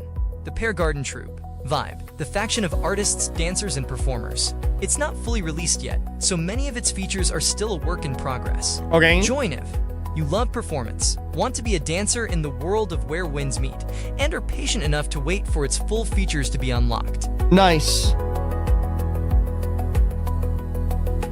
This is so fucking cool, dude. If anybody wants the link. 8. The Raging Waves. Vibe, the Drunkards Brigade.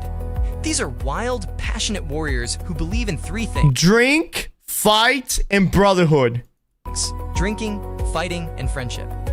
Rules: you must maintain a certain level of drunkenness. In this faction, being drunk is a buff, not a debuff. Join if you love the Berserker archetype and the idea of a rowdy, battle-hardened drinking club. And here is the most incredible part of this entire system. It's all run by players. Every position from the officers to the sect leader themselves is a real player. Wow. Leaders are not NPCs. They are elected by the members. When you gain enough reputation, you can actually run for leadership of your faction. It's a true system of politics, reputation, and power managed by the community. Wow. And if you get tired of your faction, you can leave. But be warned, defectors must face the trial of absolute resolve, a deadly challenge where you are hunted by other players. Or you can simply choose to be a lone wolf, the Sectless, and live by no one's rules but your own. Also, you don't have to choose a faction. When you choose your faction and Where Winds Meet, don't ask which is the strongest. Ask yourself, Yeah? who do I want to be? Yeah, exactly. An honorable healer, a ruthless assassin, a cunning trickster, or a romantic Casanova? The choice is yours. Which faction are you most excited to join? Let me know in the comments below. Really fucking cool, dude. That is so incredibly cool. I really like this video. This was very fucking cool.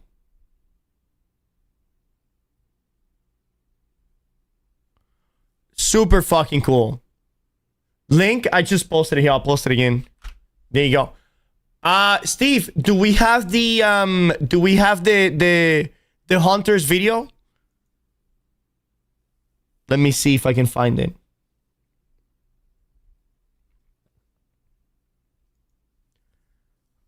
Five mythic R's you need to know as a beginner. 15 essential tips and tricks. How to learn martial arts. You get rewards for how long you're in a faction. You unlock skin, buff, etc. Yeah. PP. I want to join the faction. All of you can eat buffets. Do we have that one? He is... This presentation is great, isn't it? It is. It's very informative, yeah. How's the harvesting and crafting system? We haven't gotten to that part yet.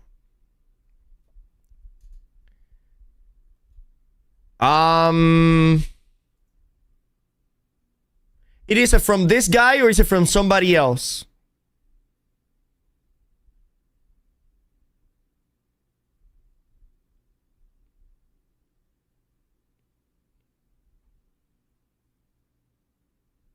Complete gear system explain. Okay, this is a good video, it looks Hey like. everyone, and welcome back to the channel. In today's video, we're going to do a deep dive into one of the most important features in Where Winds Meet, the equipment system. It might seem complicated at first, but I promise that after this guide, you'll find it incredibly simple and fun to gear up.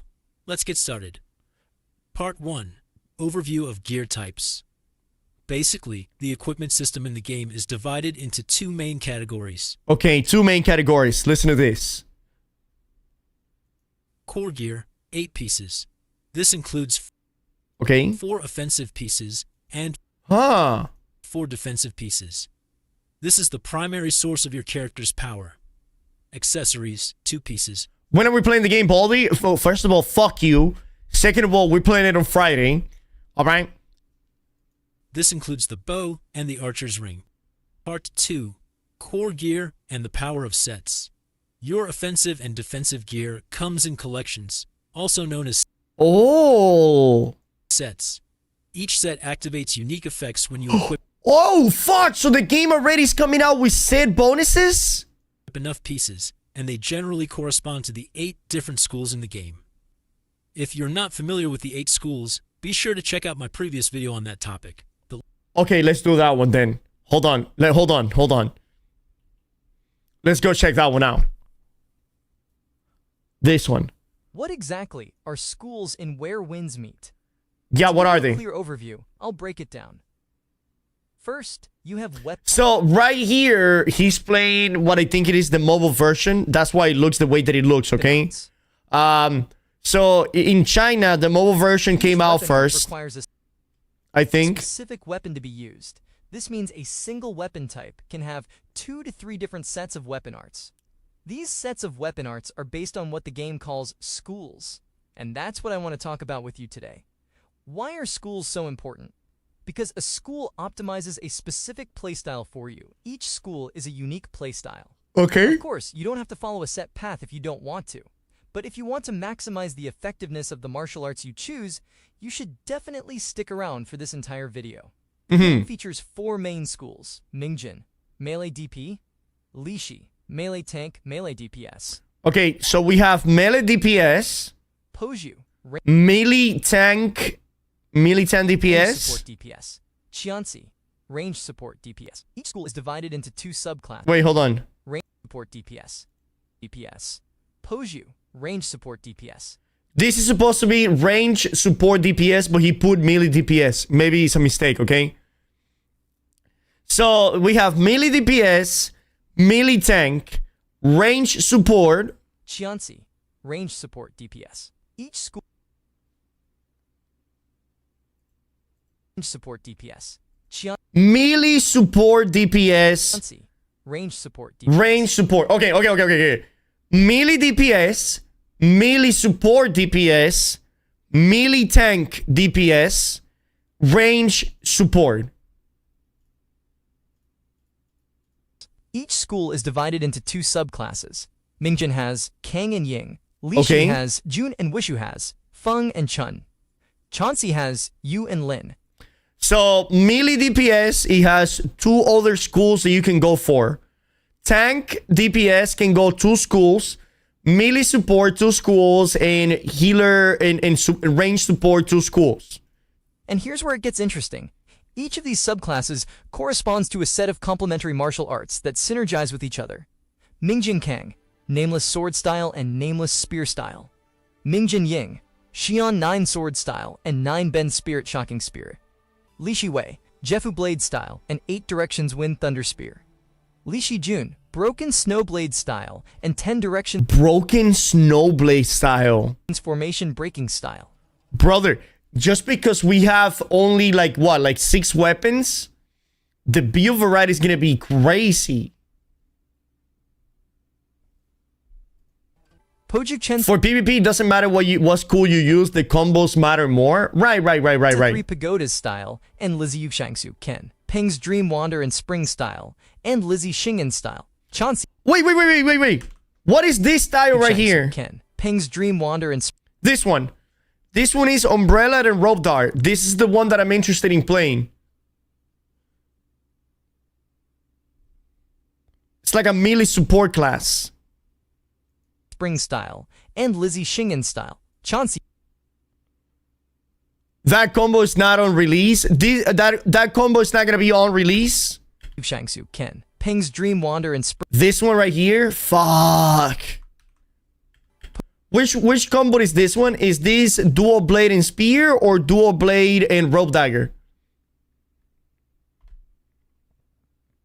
Poju Chenza 3 Pagodas Style and Lizzie Yu Shangsu Ken. This is Dual Rope. Okay, so until the Umbrella Rope releases, I guess I'll be using the Dual Rope. Peng's Dream Wander and Spring Style and Lizzie Shingen Style. Qianxi Yu, Green Mountain Wheels the Brush Style and 9 Layers of Spring Scenery Style. So these are like the classes essentially right here, right? Chen Shilin, Ming Chuan 100 Cannon Style and 1000 Cents Guiding Butterfly Style. So that's the general overview. Now let's get into the details. First up is Mingjin, the most popular melee school, perfectly balancing offense and defense using the sword and spear. They are the main DPS role in dungeons, Spear, sword, it says tier. making them Nice. best suited for PvE. They can still hold their own in PvP, but they're considered average.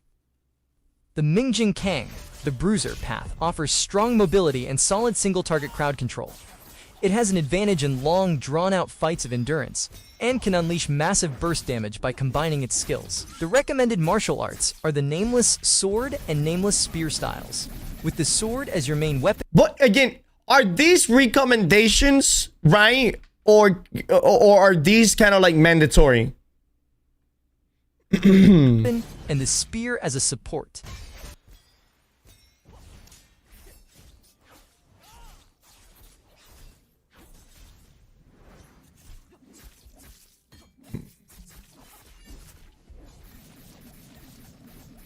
I'm not big on tier lists. For PvE, the combos are kind of mandatory. For PvP, it doesn't really matter. Let me give you a clear example of Okay. their synergy. The main damage from Nameless Sword comes from a charge attack that unleashes a slash of sword energy. This charge attack consumes stamina. To compensate for the stamina drain that interrupts your attack rhythm, the Nameless Spear has a skill that directly restores stamina and reduces stamina Man, the phone version looks so weak compared to the PC version. Holy shit. consumption for a period. This is why I said that choosing complementary martial arts is key to creating a powerful build. For a visual example, watch this sequence. The Nameless Sword's charge attack normally fires Okay. one line of sword energy. However, Okay, I'm not interested in the rest. I just wanted to learn about the 4. Okay, the 8. Link is in the description below. Okay. A complete gear set will grant you 2 powerful effects, equipping So the weapons will grant you... Okay. All damage cost triggers a crit. Can get the flying stat effect. The external attack will increase by 2% in the last 5 seconds, and it can stack up to 5 layers. 2 pieces of external attack defense 4. Each time dealing continuous damage. Healing, you can add 1 layer of Ego Yang effect to yourself, and the damage received reduced by 1.2%. all 4 Nice. offensive pieces will activate a damage-oriented bonus, while the 4 defensive pieces will activate a survival-oriented bonus. So the big question is, are these gear sets difficult to farm? Let me answer that for you right now. Trick, where Win meets, we'll start some stream on Steam in 2 minutes. Maybe you want to watch it? Wait, really?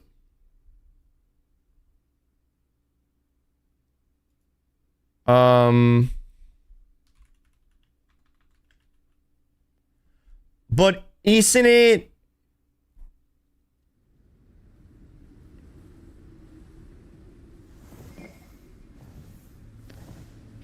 Global launch preview stream. I guess we'll watch it. We'll watch it. Here, I'm gonna run a 2-minute ad break, okay? I'm gonna run a 2-minute ad break. Maybe we learn a couple of things from it. We already seen it? Oh, did we already see this one? Is this the one that we watched the other day on YouTube?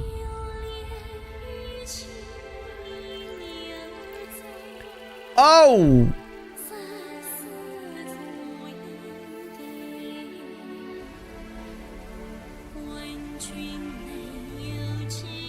Oh, never mind then.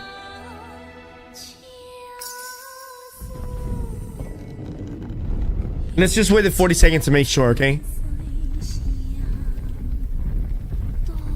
Did you check out the farming and employing system yet? No, not yet.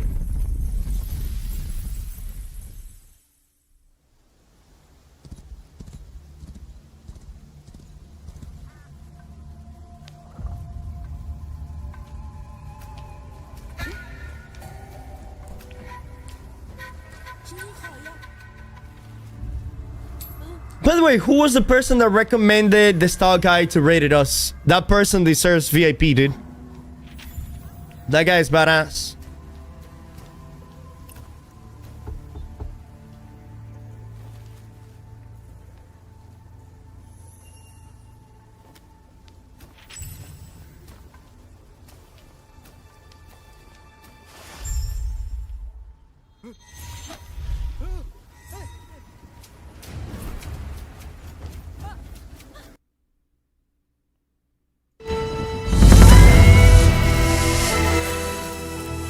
Jiang-Hu. Everyone dreams of venturing into it. But once they're lost in its vast sea, they seek the nearest shore.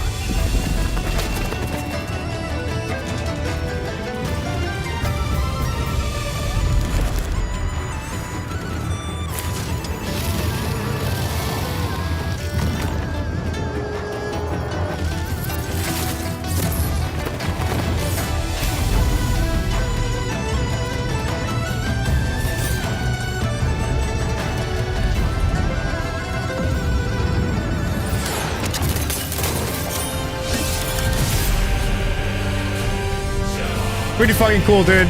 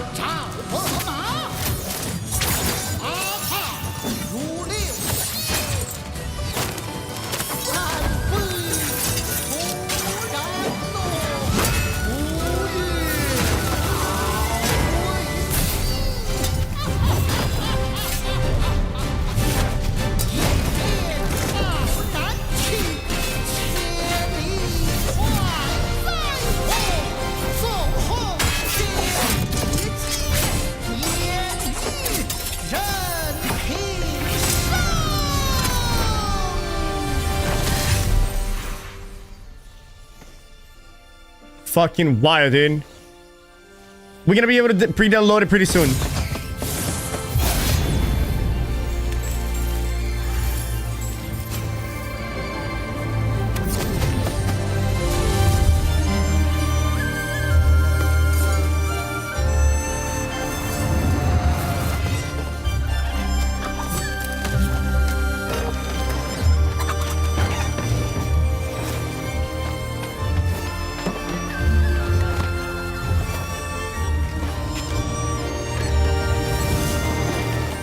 Good chance to learn Chinese, yeah, right?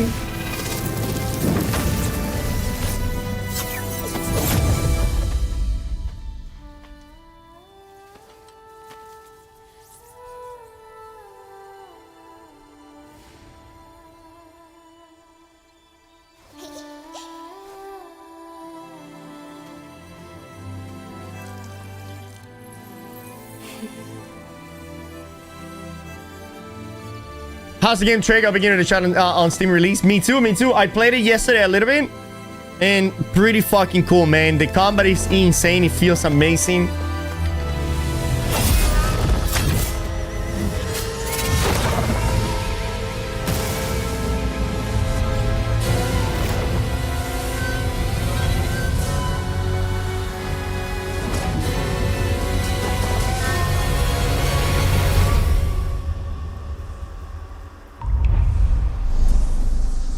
Yeah, I think that's the same one. But first, Where Winds Meet is... Yeah, it is the same one. It is the same one. No, it's super easy. Part 3. The most efficient way to get set gear. The easiest and most common way to get gear is by opening gear chests. Okay. A fantastic feature in this game is that when you open a chest, you get to directly choose the set you want. Oh, There's nice. no frustrating RNG involved in getting the set type. Nice. The only random element is the gear's rarity, which I'll cover in the next section. So, where do you get these chests? Method 1. Farming dungeons. 10-player Nice. dungeon, 1 per week, 2 boss. Each boss drops 5 chests. 5-player dungeon, the main source. This is the easiest place to farm chests.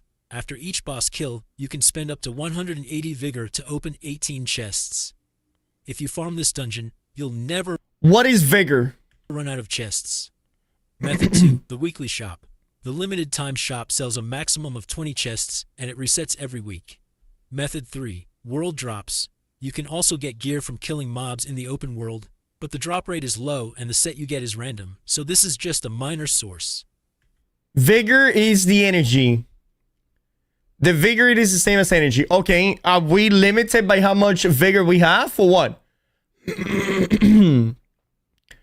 Is it like something to time gate the sweat lore? So is this something that is going to affect the normal players as well?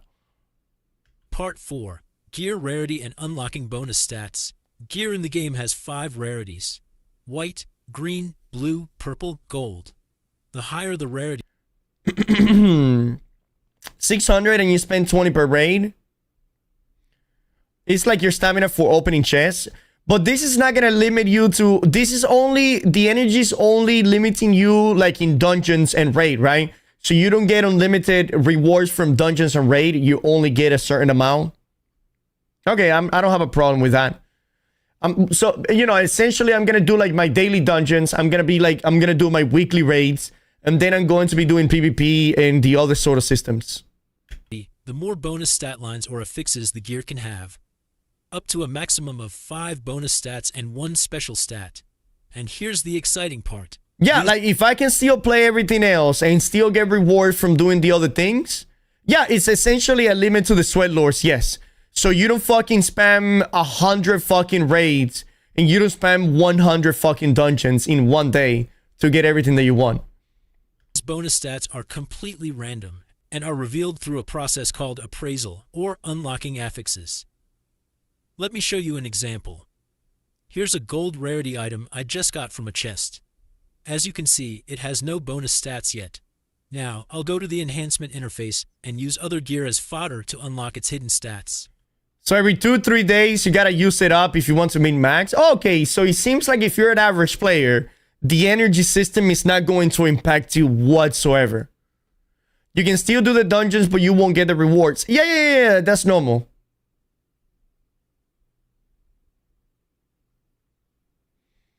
We should have known something was up immediately when you will remove the weekly raid drop. Yes, Kifi, you are 100% correct. Show the gear appraisal process on screen. On the left, you can see the bonus stats being revealed. You can unlock them one by one or all at once. The stats you get are completely random. It could be attack power, crit rate, bonus damage percent, etc. Now, question.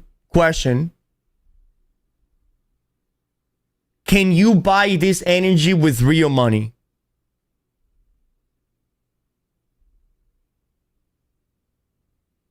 No? Oh my god, that is exactly what I wanted to hear. Oh my goodness, bro. That is literally exactly what I wanted to fucking hear, dude. Because I'm sure a lot of people have that question. Because that will be paid to win. Yes! So, getting that perfect piece of gear with all the right stats will take a bit of luck and resources. Now, just long grinds? Yeah. So basically, this game is grind / RNG, right?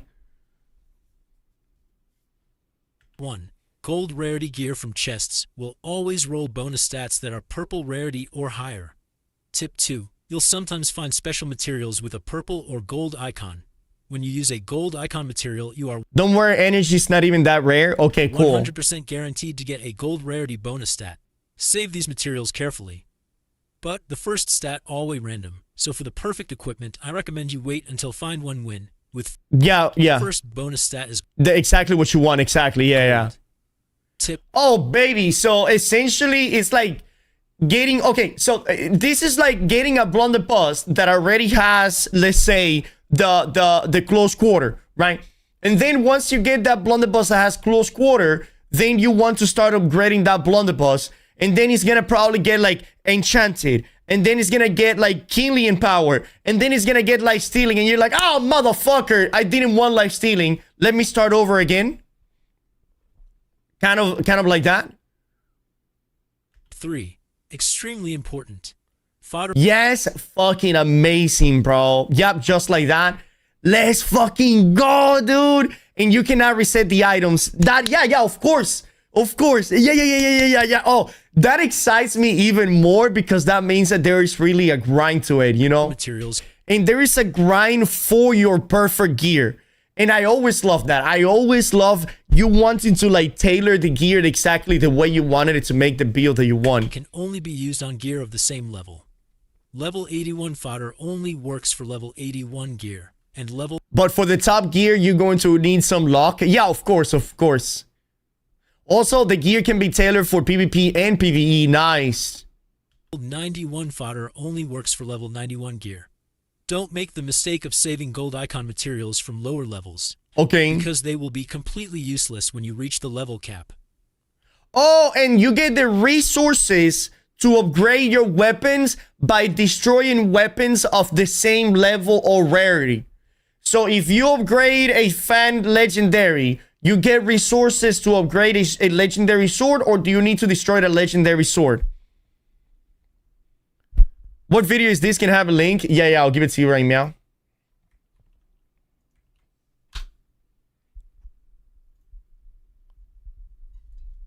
Yes, okay. Part 5, Accessories, Bow and Archer's Ring. Finally, let's talk about the two accessories, the bow and the Archer's Ring. Wow, I'll be honest with you. If this is how the game looked for PC, I would have never played it. Can you save your gear loadouts? Yes, Curly. I heard that you can have different gear loadouts, one for PvP and one for PvE if you want. Both of these items must be crafted. They also have rarities and bonus stats just like core gear, but their priority is much lower. How is your Chinese after 24 hours? I'm sorry.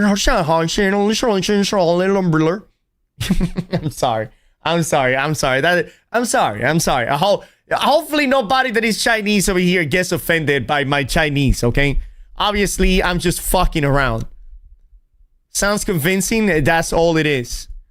They don't directly increase your character's main stats.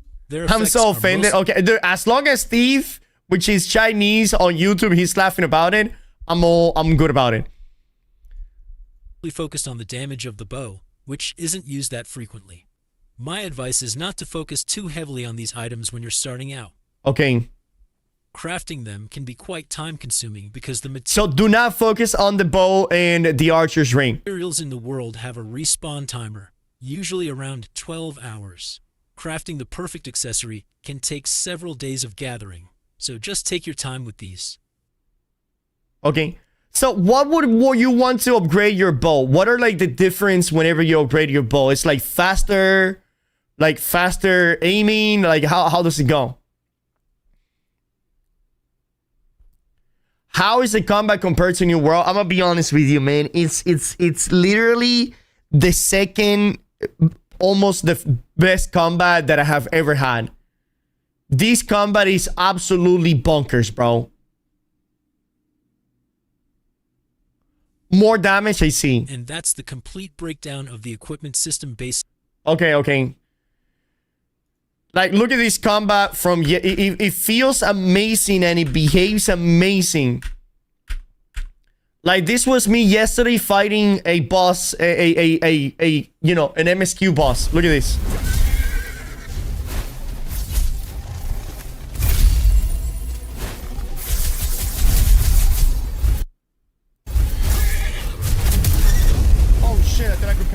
Any PvP, all of the PvP that you won. He has 1v1 ranked arenas, 3v3 ranked arena, 5v5 ranked arenas, 30 versus 30 battleground. Remember that the game... Okay, so he has aim lock, but the aim lock, it's like Elden Ring aim lock. So all of these things that I'm shooting here in the air, I still need to aim them. Otherwise, I'm not going to land them. So, yes, it is like Souls game, but... You know, you still need to aim your shit.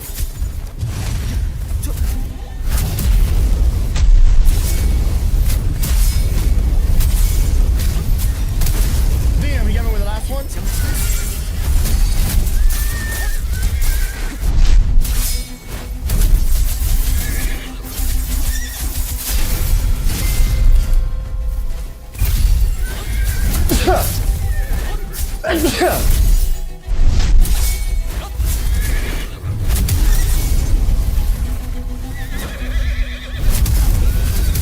I hope that there isn't much FOMO in this game. Bro, the game has been out in China for 1 year and it has 40 million people playing it.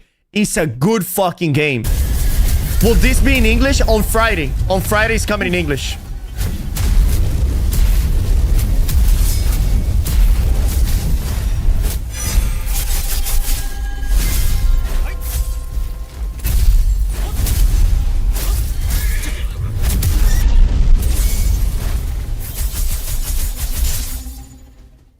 my fucking... Dude, again, the fighting just feels so fucking fascinating. So fascinating. Based on the videos of what is your favorite weapon, the rope dagger. The rope dart, whatever it is. The flying umbrella move is cool as fuck. Yeah, dude, he's so badass. Honestly, like the perfect story for this game with New World dying. Yeah. In Okay, Steven, do really move like this in China? Hold on. Okay, let's see. Where Win meets Hunter. Let's see. Do we have like a bounty hunter video?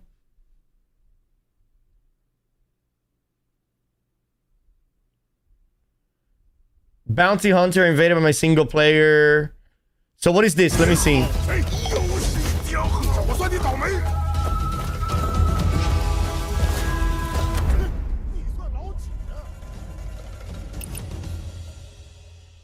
Okay.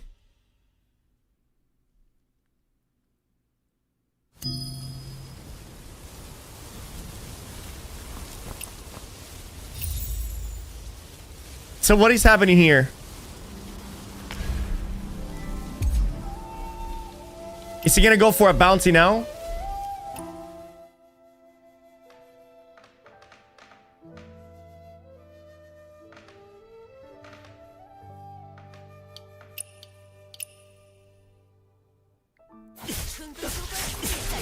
Oh!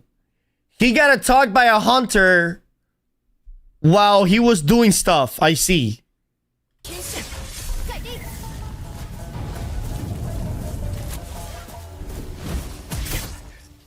His FPS is really bad, by the way.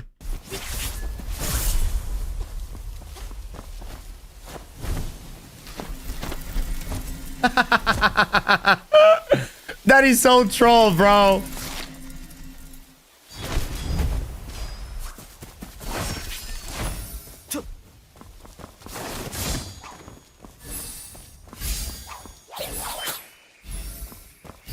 There you go. He came to a clearance, so he's gonna fight him out right now.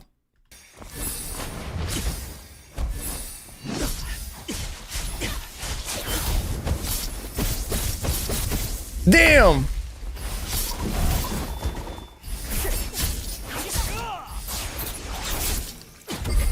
Again, his video quality and his FPS is really bad, but don't worry about that, okay? Oh my god, dude.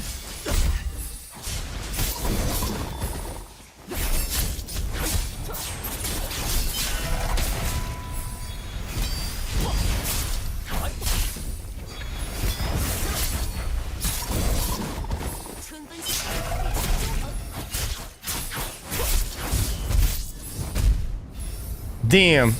That guy didn't make it.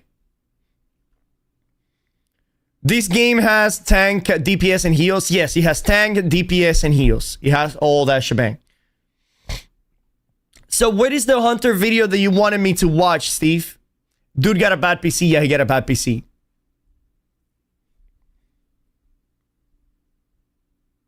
How much time did the umbrella heal him for? I don't know, dude, but that looked crazy.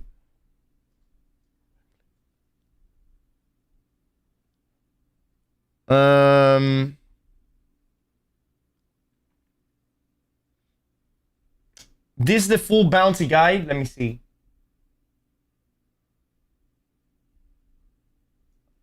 Billy, that is a Chinese website, right? Billy. Yeah, but this is in Chinese. I don't fucking understand what's going on here.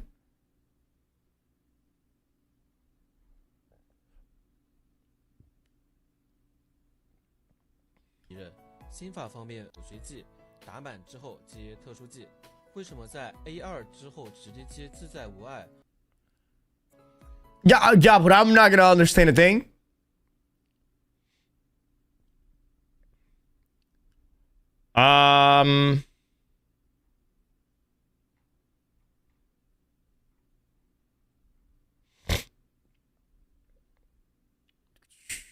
All right, let's go back to the guy that we're watching. He's got a lot of good videos. This is for PvP combos. Max level players. When fighting equal gear opponents, the damage won't be this. Now, I don't give a shit about PvP guide, brother. I want to learn about the game. You know, I want to learn about the systems, not how to be good in PvP. That's just gonna come. You know, that's just gonna come. I just want to learn about the systems, the things that I actually need to stop playing the game to understand, not the things that I will understand as I play the game.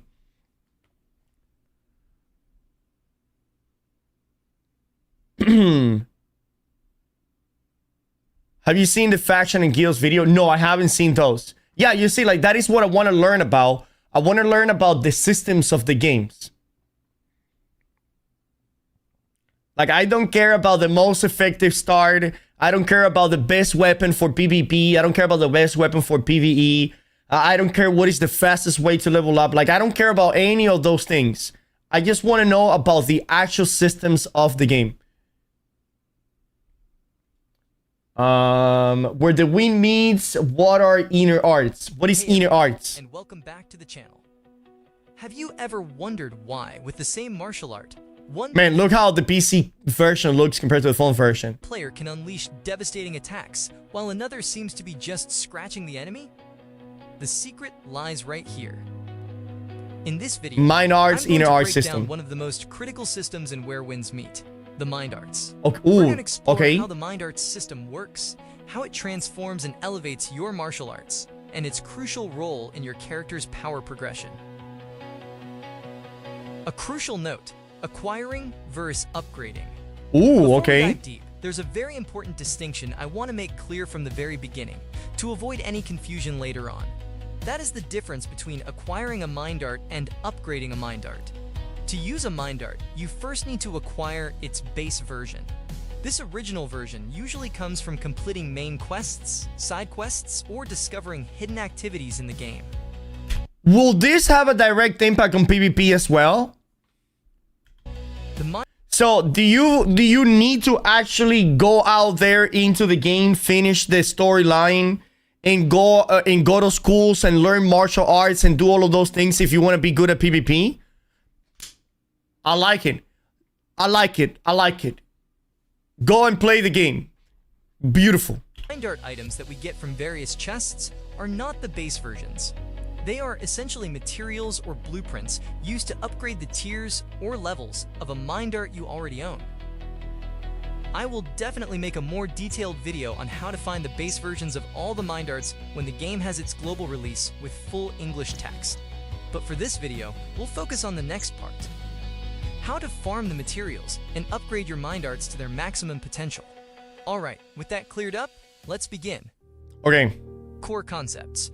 4 mind art slots and the dual weapon system. Wait, is the mind slots the martial arts slot like the Tai Chi and the frog jumping or the flying kick? Is that what he called by the mind arts? No? Okay, different thing.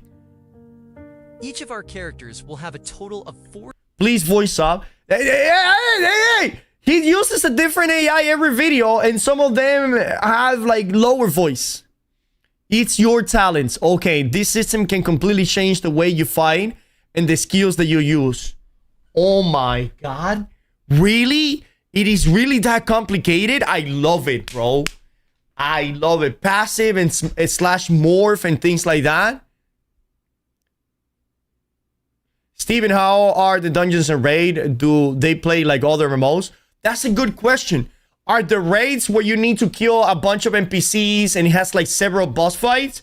Or it's just you queue for something and that's it. The boss is right in front of you and you don't have to do anything else other than fighting the boss. The new raids are really hard. It's like fucking nightmare. This game feels like a single player RPG with online element. No, this game is a MMORPG with single player elements.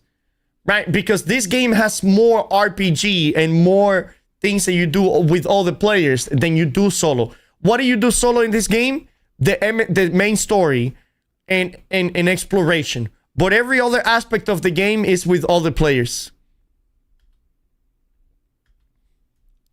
4 slots to equip mind arts. At the same time, the game allows us to equip 2 different weapon types, which correspond to 2 martial arts sets that we can swap between fluidly. This creates a very interesting tactical puzzle. With only 4 mind art slots for both martial arts sets, we need to think very carefully about which mind arts to use and which to prioritize upgrading to optimize our power. Yeah, exactly what Gravy said. It's just like New World, where you can do the entirety of the storyline completely alone. Here's a deep dive of this subject with Ulf Hednar. Alright boys, welcome back. Today we're gonna talk about something very, very crucial, extremely... Okay, we'll watch it after this one, okay? Analyzing mind art types and how to choose. So, with just 4 precious slots, how do we choose from the vast sea of mind arts? First, we need to categorize them. Hold on, my ass issue. Basically, mind arts are divided into 2 major types. Type 1, Universal Mind Arts. These are mind arts that anyone using any martial art from any school can equip. They help supplement general aspects like offense, defense, or special effects. Type 2, Signature Mind Arts. This is the soul of each martial art set. Each school has its own signature mind arts, designed specifically. So are all of these different play styles? Like different abilities and shit? To synergize with and directly transform the skills of that school. To make it easier to understand, let's break down the universal... Oh, here they are. Oh, you guys cannot see it, but here they are. So these are the mind arts that they're talking about. And I think these are the Kung Fu arts, right? They're like different buffs. Mind arts into 3 main functional groups. Group 1, Offensive. The purpose of this group is clear. Increase your damage. The most classic example is Song of Flowing Water. Every time you attack or heal, it gives you a stacking damage buff, up to 5 times. Oh, so these are passives. These are passives. This mind art encourages an aggressive, relentless playstyle, where the more you fight, the stronger you get. Group 2, Defensive and Survival. This group helps you become tougher on the battlefield. A great example is Whirling Shadow. After dodging an attack, it's likely to return your stamina consumption. Oh, damn. So now whenever you dodge attack, you have a chance of getting all your stamina that you consume on the dodge back? You perfectly dodge an attack, it refunds 100% of the stamina you consumed. That is dope. This is a high-skill ceiling mind art, but the reward for an agile, proactive player is immense. Insane. Group 3, Utility and Tactical. This is the most interesting group, providing special effects that shape your playstyle. Are dodge rolls iframe? Yes, Nick, they are iframes. For example, but it's not a roll. It's like a it's like a dash. Path of Endless Forms. When you successfully parry... This one is OP in PvP, bro, in PvE as well, where you need to dodge a bunch of attacks, you know? An attack, it gives you a random buff. This mind art is for players who love a defensive counterattack style, turning every parry into a potential game-changing opportunity. Wow! In the current Chinese version, several powerful and popular playstyles have already emerged. For example, combining the sword and spear, or the umbrella with the fan, and they often use a nearly fixed set of mind arts. But of course, the freedom to create is still yours. You don't necessarily have to follow these specific martial arts and mind art setups. The goal of today's video is for you to understand the fundamentals, so you can build your own unique path. And I'll save the deep dive into those specific builds for another video when the game launches globally.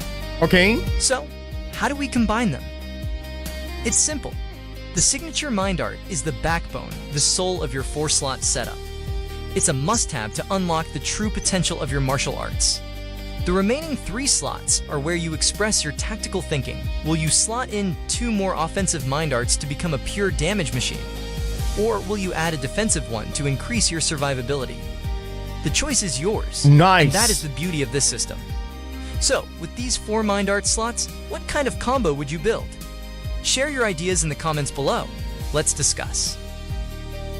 The power of 6 tiers and signature mind arts. Okay. You need to remember that every mind art has 6 levels, also known as 6 tiers. Leveling up through each tier unlocks new passive effects. Ooh. And when it reaches tier 6, it unleashes its full power. Upgrading a signature mind art to tier 6 is not just a simple stat increase. It will provide a massive leap in your damage output, a complete transformation of your power. Damn. Synergy in action, how Mind Arts transforms skills. To let you see it with your own eyes, here's how a signature Mind Art can change the game. Look at that. Example You got an extra attack over here. 1. Adding a finisher. This is the real grind right here, but look at this. This is so fucking cool. Is there trading policy? I think there and is. Swords. Without its signature Mind Art, a skill from the 9 Swords set performs just one action and ends. But once you equip it, after the original skill finishes, your character will automatically follow up with a powerful finishing flow. Example 2. Changing attack density. Nameless.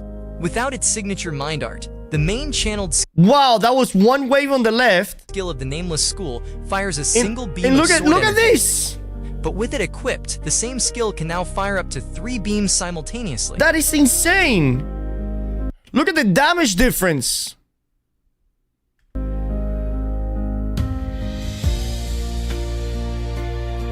The path of cultivation, materials, and the upgrade loop. Step 1. Gathering chests, upgrade materials. To start on this path, the first thing we need to do is accumulate a lot of materials. These materials come from Mind Art chests, general chests. These chests will give you a random material from the entire pool of Mind Arts in the game. Their main role is to let you gather a large quantity, puff to serve as fuel for the loop we'll discuss next. School-specific chests. This is our ultimate goal. It's still random, but the loot pool is narrowed down to only include materials belonging to the specific school you're playing. Oh, okay. As for the main farming sources, you should focus on shops.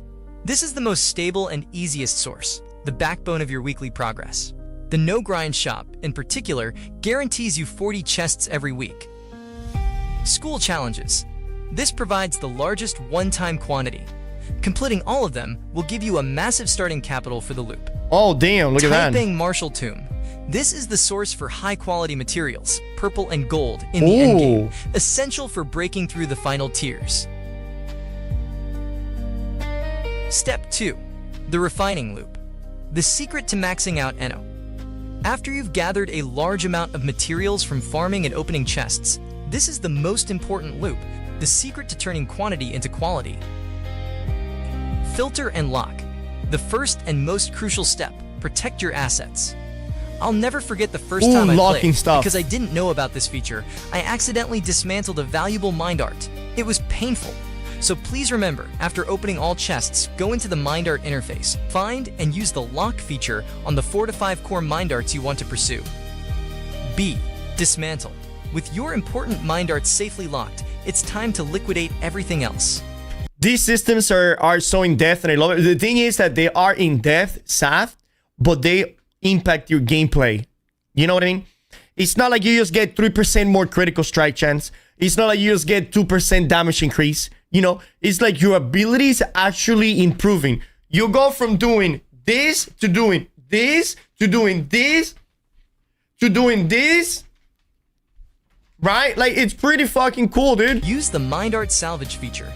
Dismantle all unlocked materials, including those from other schools. This action will convert all your excess materials into a special currency called book vouchers. Exchange. This is the harvest. Use all the book vouchers you just got. Go to the Mind Art Exchange tab and buy the school-specific chests that match your chosen path. Nice. This is how we turn a pile of random mixed resources into focused, precise materials for our cultivation. And here is a critical mechanic you need to understand. This book voucher shop is limited. You can only buy a maximum of 600 chests per week. Furthermore, when you start the game, each school will have a one-time package of 600 chests, available for purchase only once per character. Once you buy it out, it will never refresh. Okay. Every single player is bound by this rule. This is one of the anti-pay-to-win walls that I highly respect in this game. Nice. It ensures that no one can use money to gain an overwhelming power advantage in a short amount of time. Cool. Upgrading a Mind Art to Tier 6 requires time and dedication from everyone. Nice. Man, that is going to be so cool, guys. Whenever you have one of your abilities like super leveled up, and in PvP, all of these translate to PvP, right? all of these upgrades that you're doing to your characters and you're doing to your arts and you're doing to your weapon, all of this directly translates to PvP, correct? Can we get a link to the YouTube chat?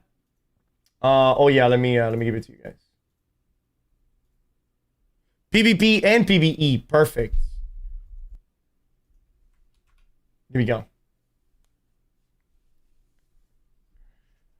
This is a path of persistence, not of your wallet. In summary, the power of mind arts lies in their synergy with your martial arts. Find the base versions of your signature mind arts, and then persistently follow the filter, dismantle, exchange. So we need to start looking at every single one of the mind arts whenever they come in English to see what they all do. Loop to gather the materials to upgrade them to tier 6. And that is the complete overview of the mind arts system in Where Winds Meet. All right, let's see the one from Ulf Hednar. Where did that video go?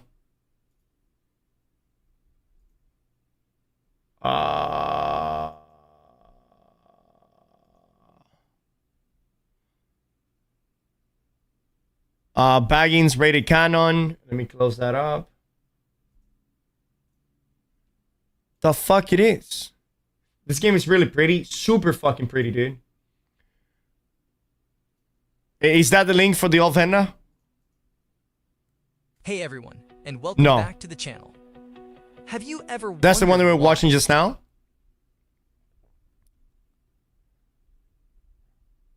Somebody posted it over here. Let me see. Oh, right here. All right, boys, welcome back. Today we're gonna talk about something very, very crucial, extremely crucial even, is the main thing I would say, and the reason why you should set with one weapon set from the get-go, from the level 1 or until you get them, when you get them. It's all about the passives that are right here. These passives literally define your build, some weapons even more. For example, there is a passive on for this sword. This is the Nameless Sword. When you press A, if you get the shield from the Q button and you hold the R, heavy attack, and send out the wave, the passive will let you send out 3 waves instead. 3 waves. That's insane. The passive I'm talking about is this sword one, because every passive, if you want to unlock it, which is one set of pages, has so-called breakthrough passives in right here. It's up to 6 passives, and these are different type of pages. But it's crazy because you need 10 for the first one. You need 20 for the second one, 30, 40, 50, and 60. Okay. Now, how do we get these? So this horse passive is the most important one. It gives you 10 stacks, each stack. I am a split between concentrating on the Nameless Sword or Spear Sword, Healing Fan, or Legend. Yeah, I mean, you gotta choose it, right? You gotta choose it, dude. Gives you 8% armor penetration or damage penetration. So this increases the damage you do by a lot. How do we get this horse passive? There's a nice little place on the map. It's in the first zone, so we can get this very early. It's right here on the map in the first zone, a bit further up. It requires jade coins. These jade coins is in the menu. If you press H in this menu, second line is the guide for weapon combos. Let's say you're using this combo, which is the strategic sword and Heaven Quaker spear, which is the bleed setup from both weapons. It shows you the weapons style and the set bonuses for both item sets. Okay. And then the elements. Also, what you lose if you don't run this like the same elements. And yeah, these are the passives. Again, the sword, I'm trying to unlock it right now. Also get these pages from salvaging the ones you don't need. For example, can you do Nameless Sword and do a sword? Yeah, for sure. You can do whatever the hell you want. Where is it at? It is right here, I believe. Okay. So when you press backpack, you go into the second page and second tab. You press X for salvage, and you can salvage the ones you don't need. All the blue ones I believe are just salvage. I'm not really sure. My translator, I've used translator. You guys cannot see it, but it doesn't really show now. So I'll salvage all of these. I don't need this one. I don't need actually any of these for any of my builds. I'm looking for these two. So what you will lose bonuses from using the same school. Late game, that is going to be important. You lose bonuses from using the same school. But wait, how is the Nameless Sword and Dual Sword the same school? Are Nameless Sword the one-handed sword? You can just salvage these. It gives you these tickets. I'm gonna press spacebar. Yes, again, confirmation. Once you get these, you go into your currency tab, which is the last tab in here. Find these tickets. You click the last button. This will take you to a shop, which allows you to buy boxes with random tickets. There is always a horse in each one, which is good because it's a global one, and then it depends on the color of the build you're playing. For example, we know on this which one passives to use is in the menu. If you press H in this menu, second line is the guide for weapon combos. Let's say you're using this combo, which is the strategic sword and Heaven Quaker spear, which is the bleed setup from both weapons. It shows you the weapons style and the set bonuses for both item sets, and then the you see the bonuses you get from using the same school. Yeah, but can he use the same school of like? Can he use the same school?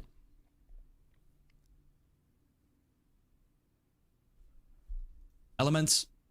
Also, what you lose if you don't run this like the same elements. And yeah, these are the passives. Again, the sword. I'm trying to unlock it right now. It's very crucial for the sword. Some other passives. The first two passives are always for the upper weapon, I believe, for the main weapon, and the second ones are for the secondary. So that's something to keep in mind. Okay. So usually when you go is that true? To the passive tree, it shows you where to get it.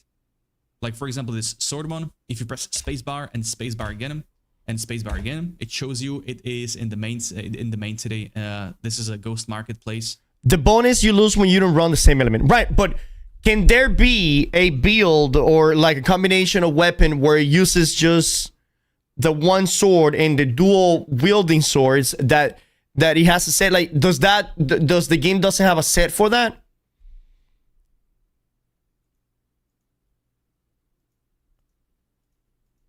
Like, this is for like sword and spear, but isn't there one that is like sword and dual sword?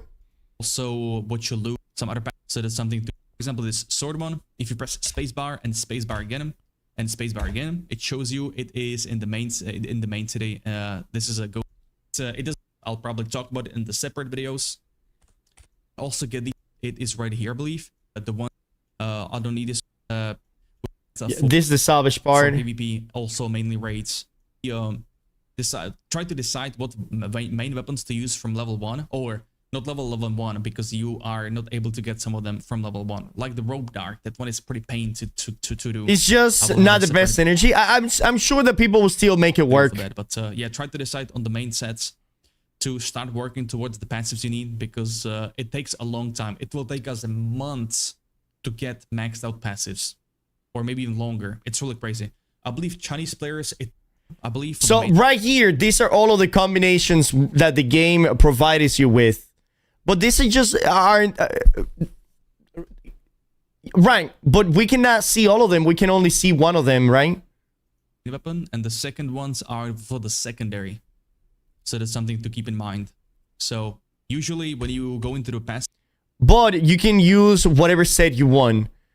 It only has one. Yeah, he's only showing one, but I'm sure that there is a lot more for you to choose from. Tree, it shows you where to get it. Because he has like the rope dart and umbrella. He has like the rope dart and the dual wielding swords. Like for example, this sword one. If you level 1, because you are not able to get some of them from level 1. Like the rope dart, that one is pretty pain to do. I will have a separate video for that. But yeah, try to decide on the main sets to start working towards the passives you need because it takes a long time. It will take us months to get maxed out passives or maybe even longer. It's really crazy. I believe Chinese players, it took them 5 months to max out passive for one setup. But that is a crazy grind for PvP, also mainly raids. But yeah, boys, with that said, I stream every day on Twitch, Kick, YouTube, TikTok. We are everywhere in the world. I'm also starting a guild on launch, global launch. It's gonna be the name. It will be Werewolf's Meat because my icon or like the channel name is based around wolf berserkers. So cool. All right. Shout out to all of Herna. Yeah. Okay, nice.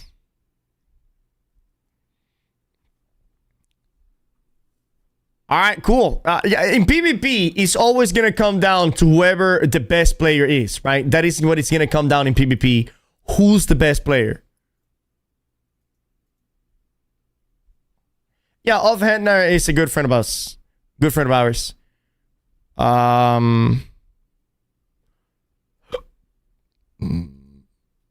right, boys, welcome back. Today we're gonna talk about something very, very crucial, extremely crucial even. It's the main thing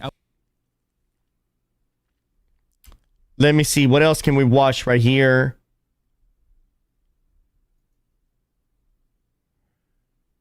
Okay, let me try to explain better. Each weapon type can have multiple schools. The Fan, for example, has a healing and a DPS spec. The healing one is cool, matches with the umbrella only. Running those two will give you additional bonuses for dual blades, and is the rope dart, for example. Right, but Fame, I was watching a video earlier where the guy had the healing umbrella and he was using the nameless sword or whatever the fuck sword it was, and he was kicking ass with it, right? He was literally kicking ass with it. So I feel he was using it for leveling. Yeah, I think that for PvP, since it's all about parrying, dodging, and blocking, you can pretty much go with anything. Maybe if we're talking about PvE, you know, damn, bro, 3-minute ad. I thought I was sub to this shit. Holy amount. You know what? Let's make sure that Squid doesn't come back.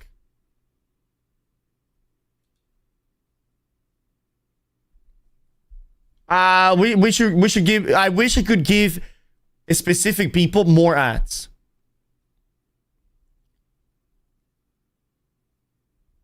It's because some both can benefit each other. Right. Right.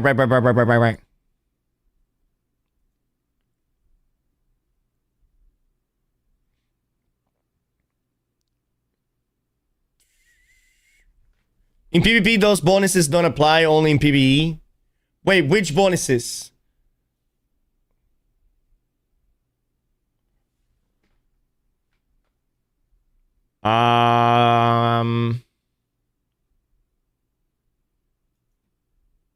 Let me see. 5 mystic cards. I think that we covered all of these guys' video already.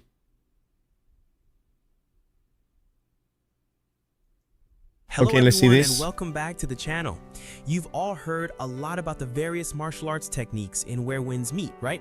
But did you know that to actually possess them, we don't just go accept a quest and click to receive? No. In 1v1s and in Guild Wars, they do, don't they? Yeah, I mean, I don't know. Requires us to use some very interesting and special methods. There will be a whole process of searching and even secretly learning martial arts from members of other sects. To make this clear for you, today I will introduce in detail the 2 main paths to acquiring martial arts in Where Winds Meet. Now, let's begin. The 2 main paths to acquiring martial arts. In the game, we have 2 main paths. First, joining a sect. This is the most basic way. Each sect has its own martial arts. We just need to join the sect to be directly taught.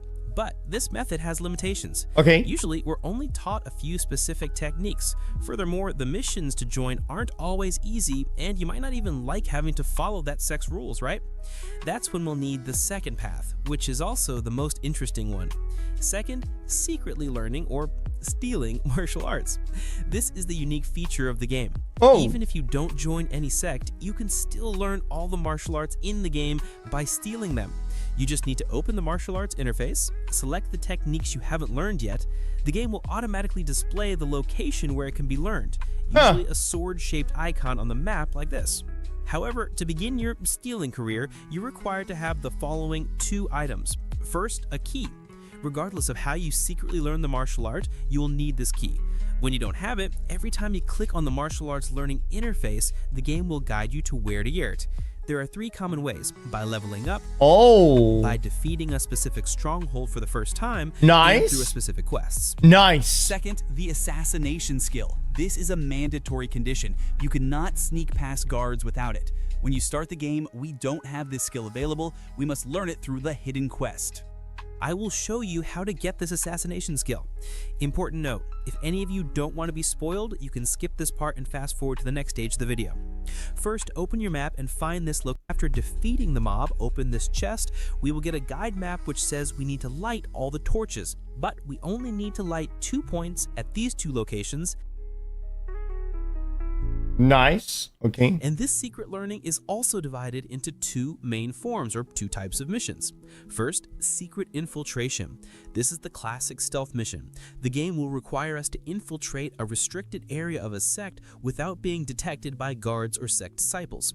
We will have to find a special spot to watch and secretly learn the techniques while they're practicing. Second, look at that. Disguise and infiltrate. For some other martial arts, the game will require us to disguise ourselves. There will usually be a specific quest nearby. You just need to go to the area, activate the quest, and follow the instructions to be able to blend in and get to the martial arts learning area. Sounds interesting, right? Now, I will show you an example of the first form, secret infiltration. First, upon reaching the learning area, we will automatically become invisible. Your task is to find the peeking spot without being discovered. Note, in this area, you cannot use the triple jump, Ching Kong. You can only jump once. Use the special skill to clearly see the guard's line of sight if you're not used to it or if the area has many guards. We have the skill by default from the beginning of the game, so don't worry. On PC, you can press the V key. If you're afraid of misstepping, you can crouch down for safety. Pay attention and take out the guards one by one. You just need to get behind them. Pretty cool. Alright, so that's how you learn techniques. What else we got? We learn about the gadgets. What is this? Hey everyone, the game's release is just around the corner. Today, I'm going to share some tips and tricks that I think will be incredibly useful if you know Beautiful, let's watch before you this. start playing. They'll make your gameplay experience much more convenient.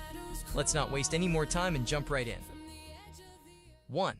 Understanding the map, the key to exploration. Before we begin, let's get to know the most important icons on your map. See a bonfire icon? Go there and talk to the person immediately.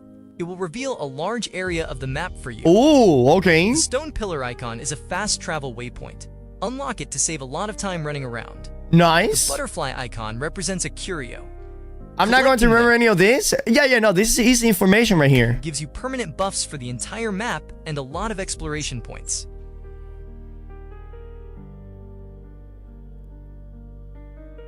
The fortress icon is a stronghold. Wait, hold on. Travel waypoint. Unlock it to save a lot of time running around. The butterfly icon represents a curio. Collecting them gives you permanent buffs for the entire map and a lot of exploration points.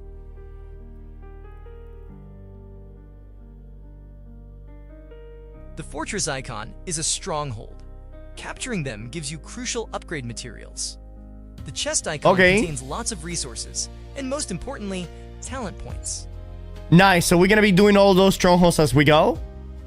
The gourd, bowl, or wrestling icons are mini-games. They give you a type of attribute point needed to wear high-level gear. Okay, mini-games. Interesting. Oh, and look out for the cat icon. This is a map puzzle mini-game. Completing it gives you Meow Meow coins. Save them up to exchange for a premium costume gacha ticket in its special shop. This is a must-get item. Finally, the skull icon is a world boss. Defeating them will grant you valuable rewards. 2. The ultimate flight secret, the flight license. This is the most important tip.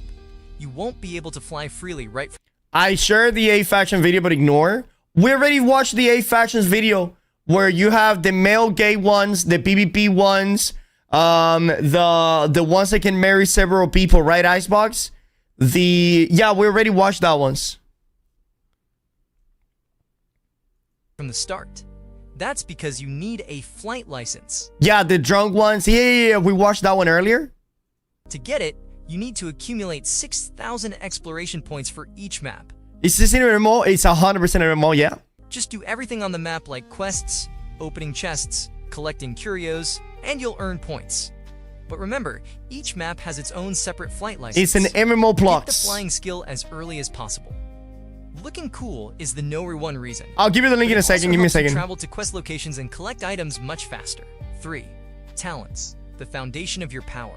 Never ignore your talent board. This system provides incredibly powerful stat bonuses. To get talent points, be diligent with quests, and especially... Any World PB... So, by the way, shout out to Icebox, boys. You guys should go give him a follow.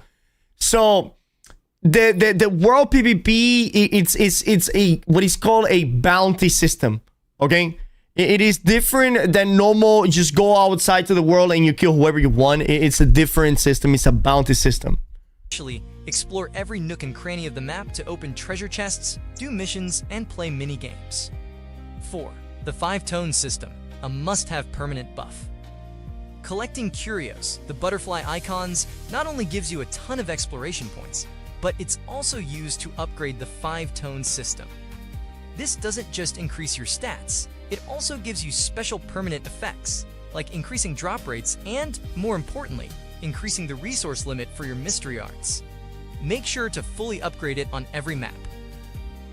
Challenge the Swordsman. Hunt for free gacha costume tickets.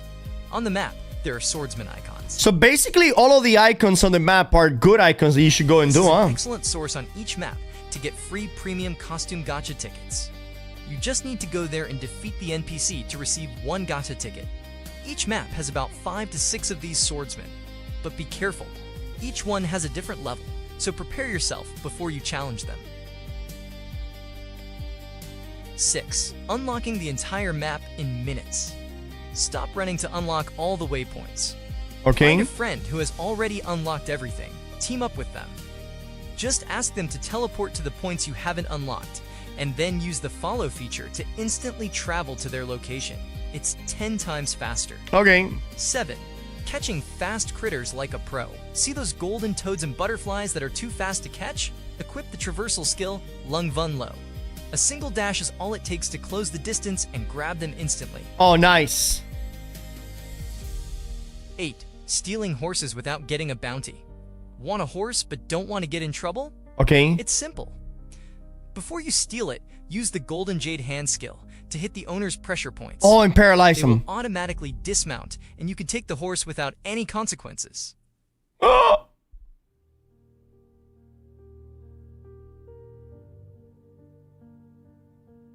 Damn, the guy's still paralyzed over there. 9. Hiding your weapons for a cleaner look. Tired of those clunky weapons on your back ruining your cool outfit? Just go into the appearance settings and choose to hide weapons.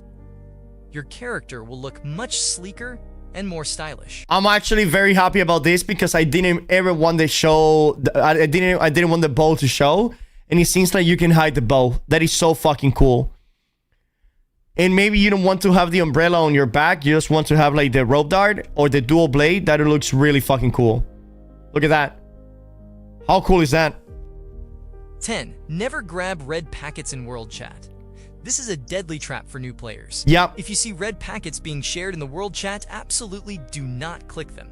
They are scams. Not only will you not get any money, but you might actually lose money. So that is not like a scam, like a fucking scammy system. It's an actual, there is a faction that the people are trickster and they have to trick daily players. All right. And there's many ways to trick people.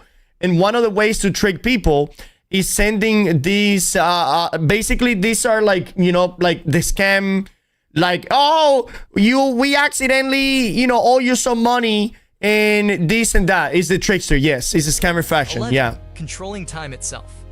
During the game, many quests will ask you to wait until tomorrow. My God, look how beautiful that looks. Holy fuck. You don't have to wait. The game allows you to adjust the time. Just pull up the in-game clock and drag it to the desired time to continue your quest immediately. Cool. Nice.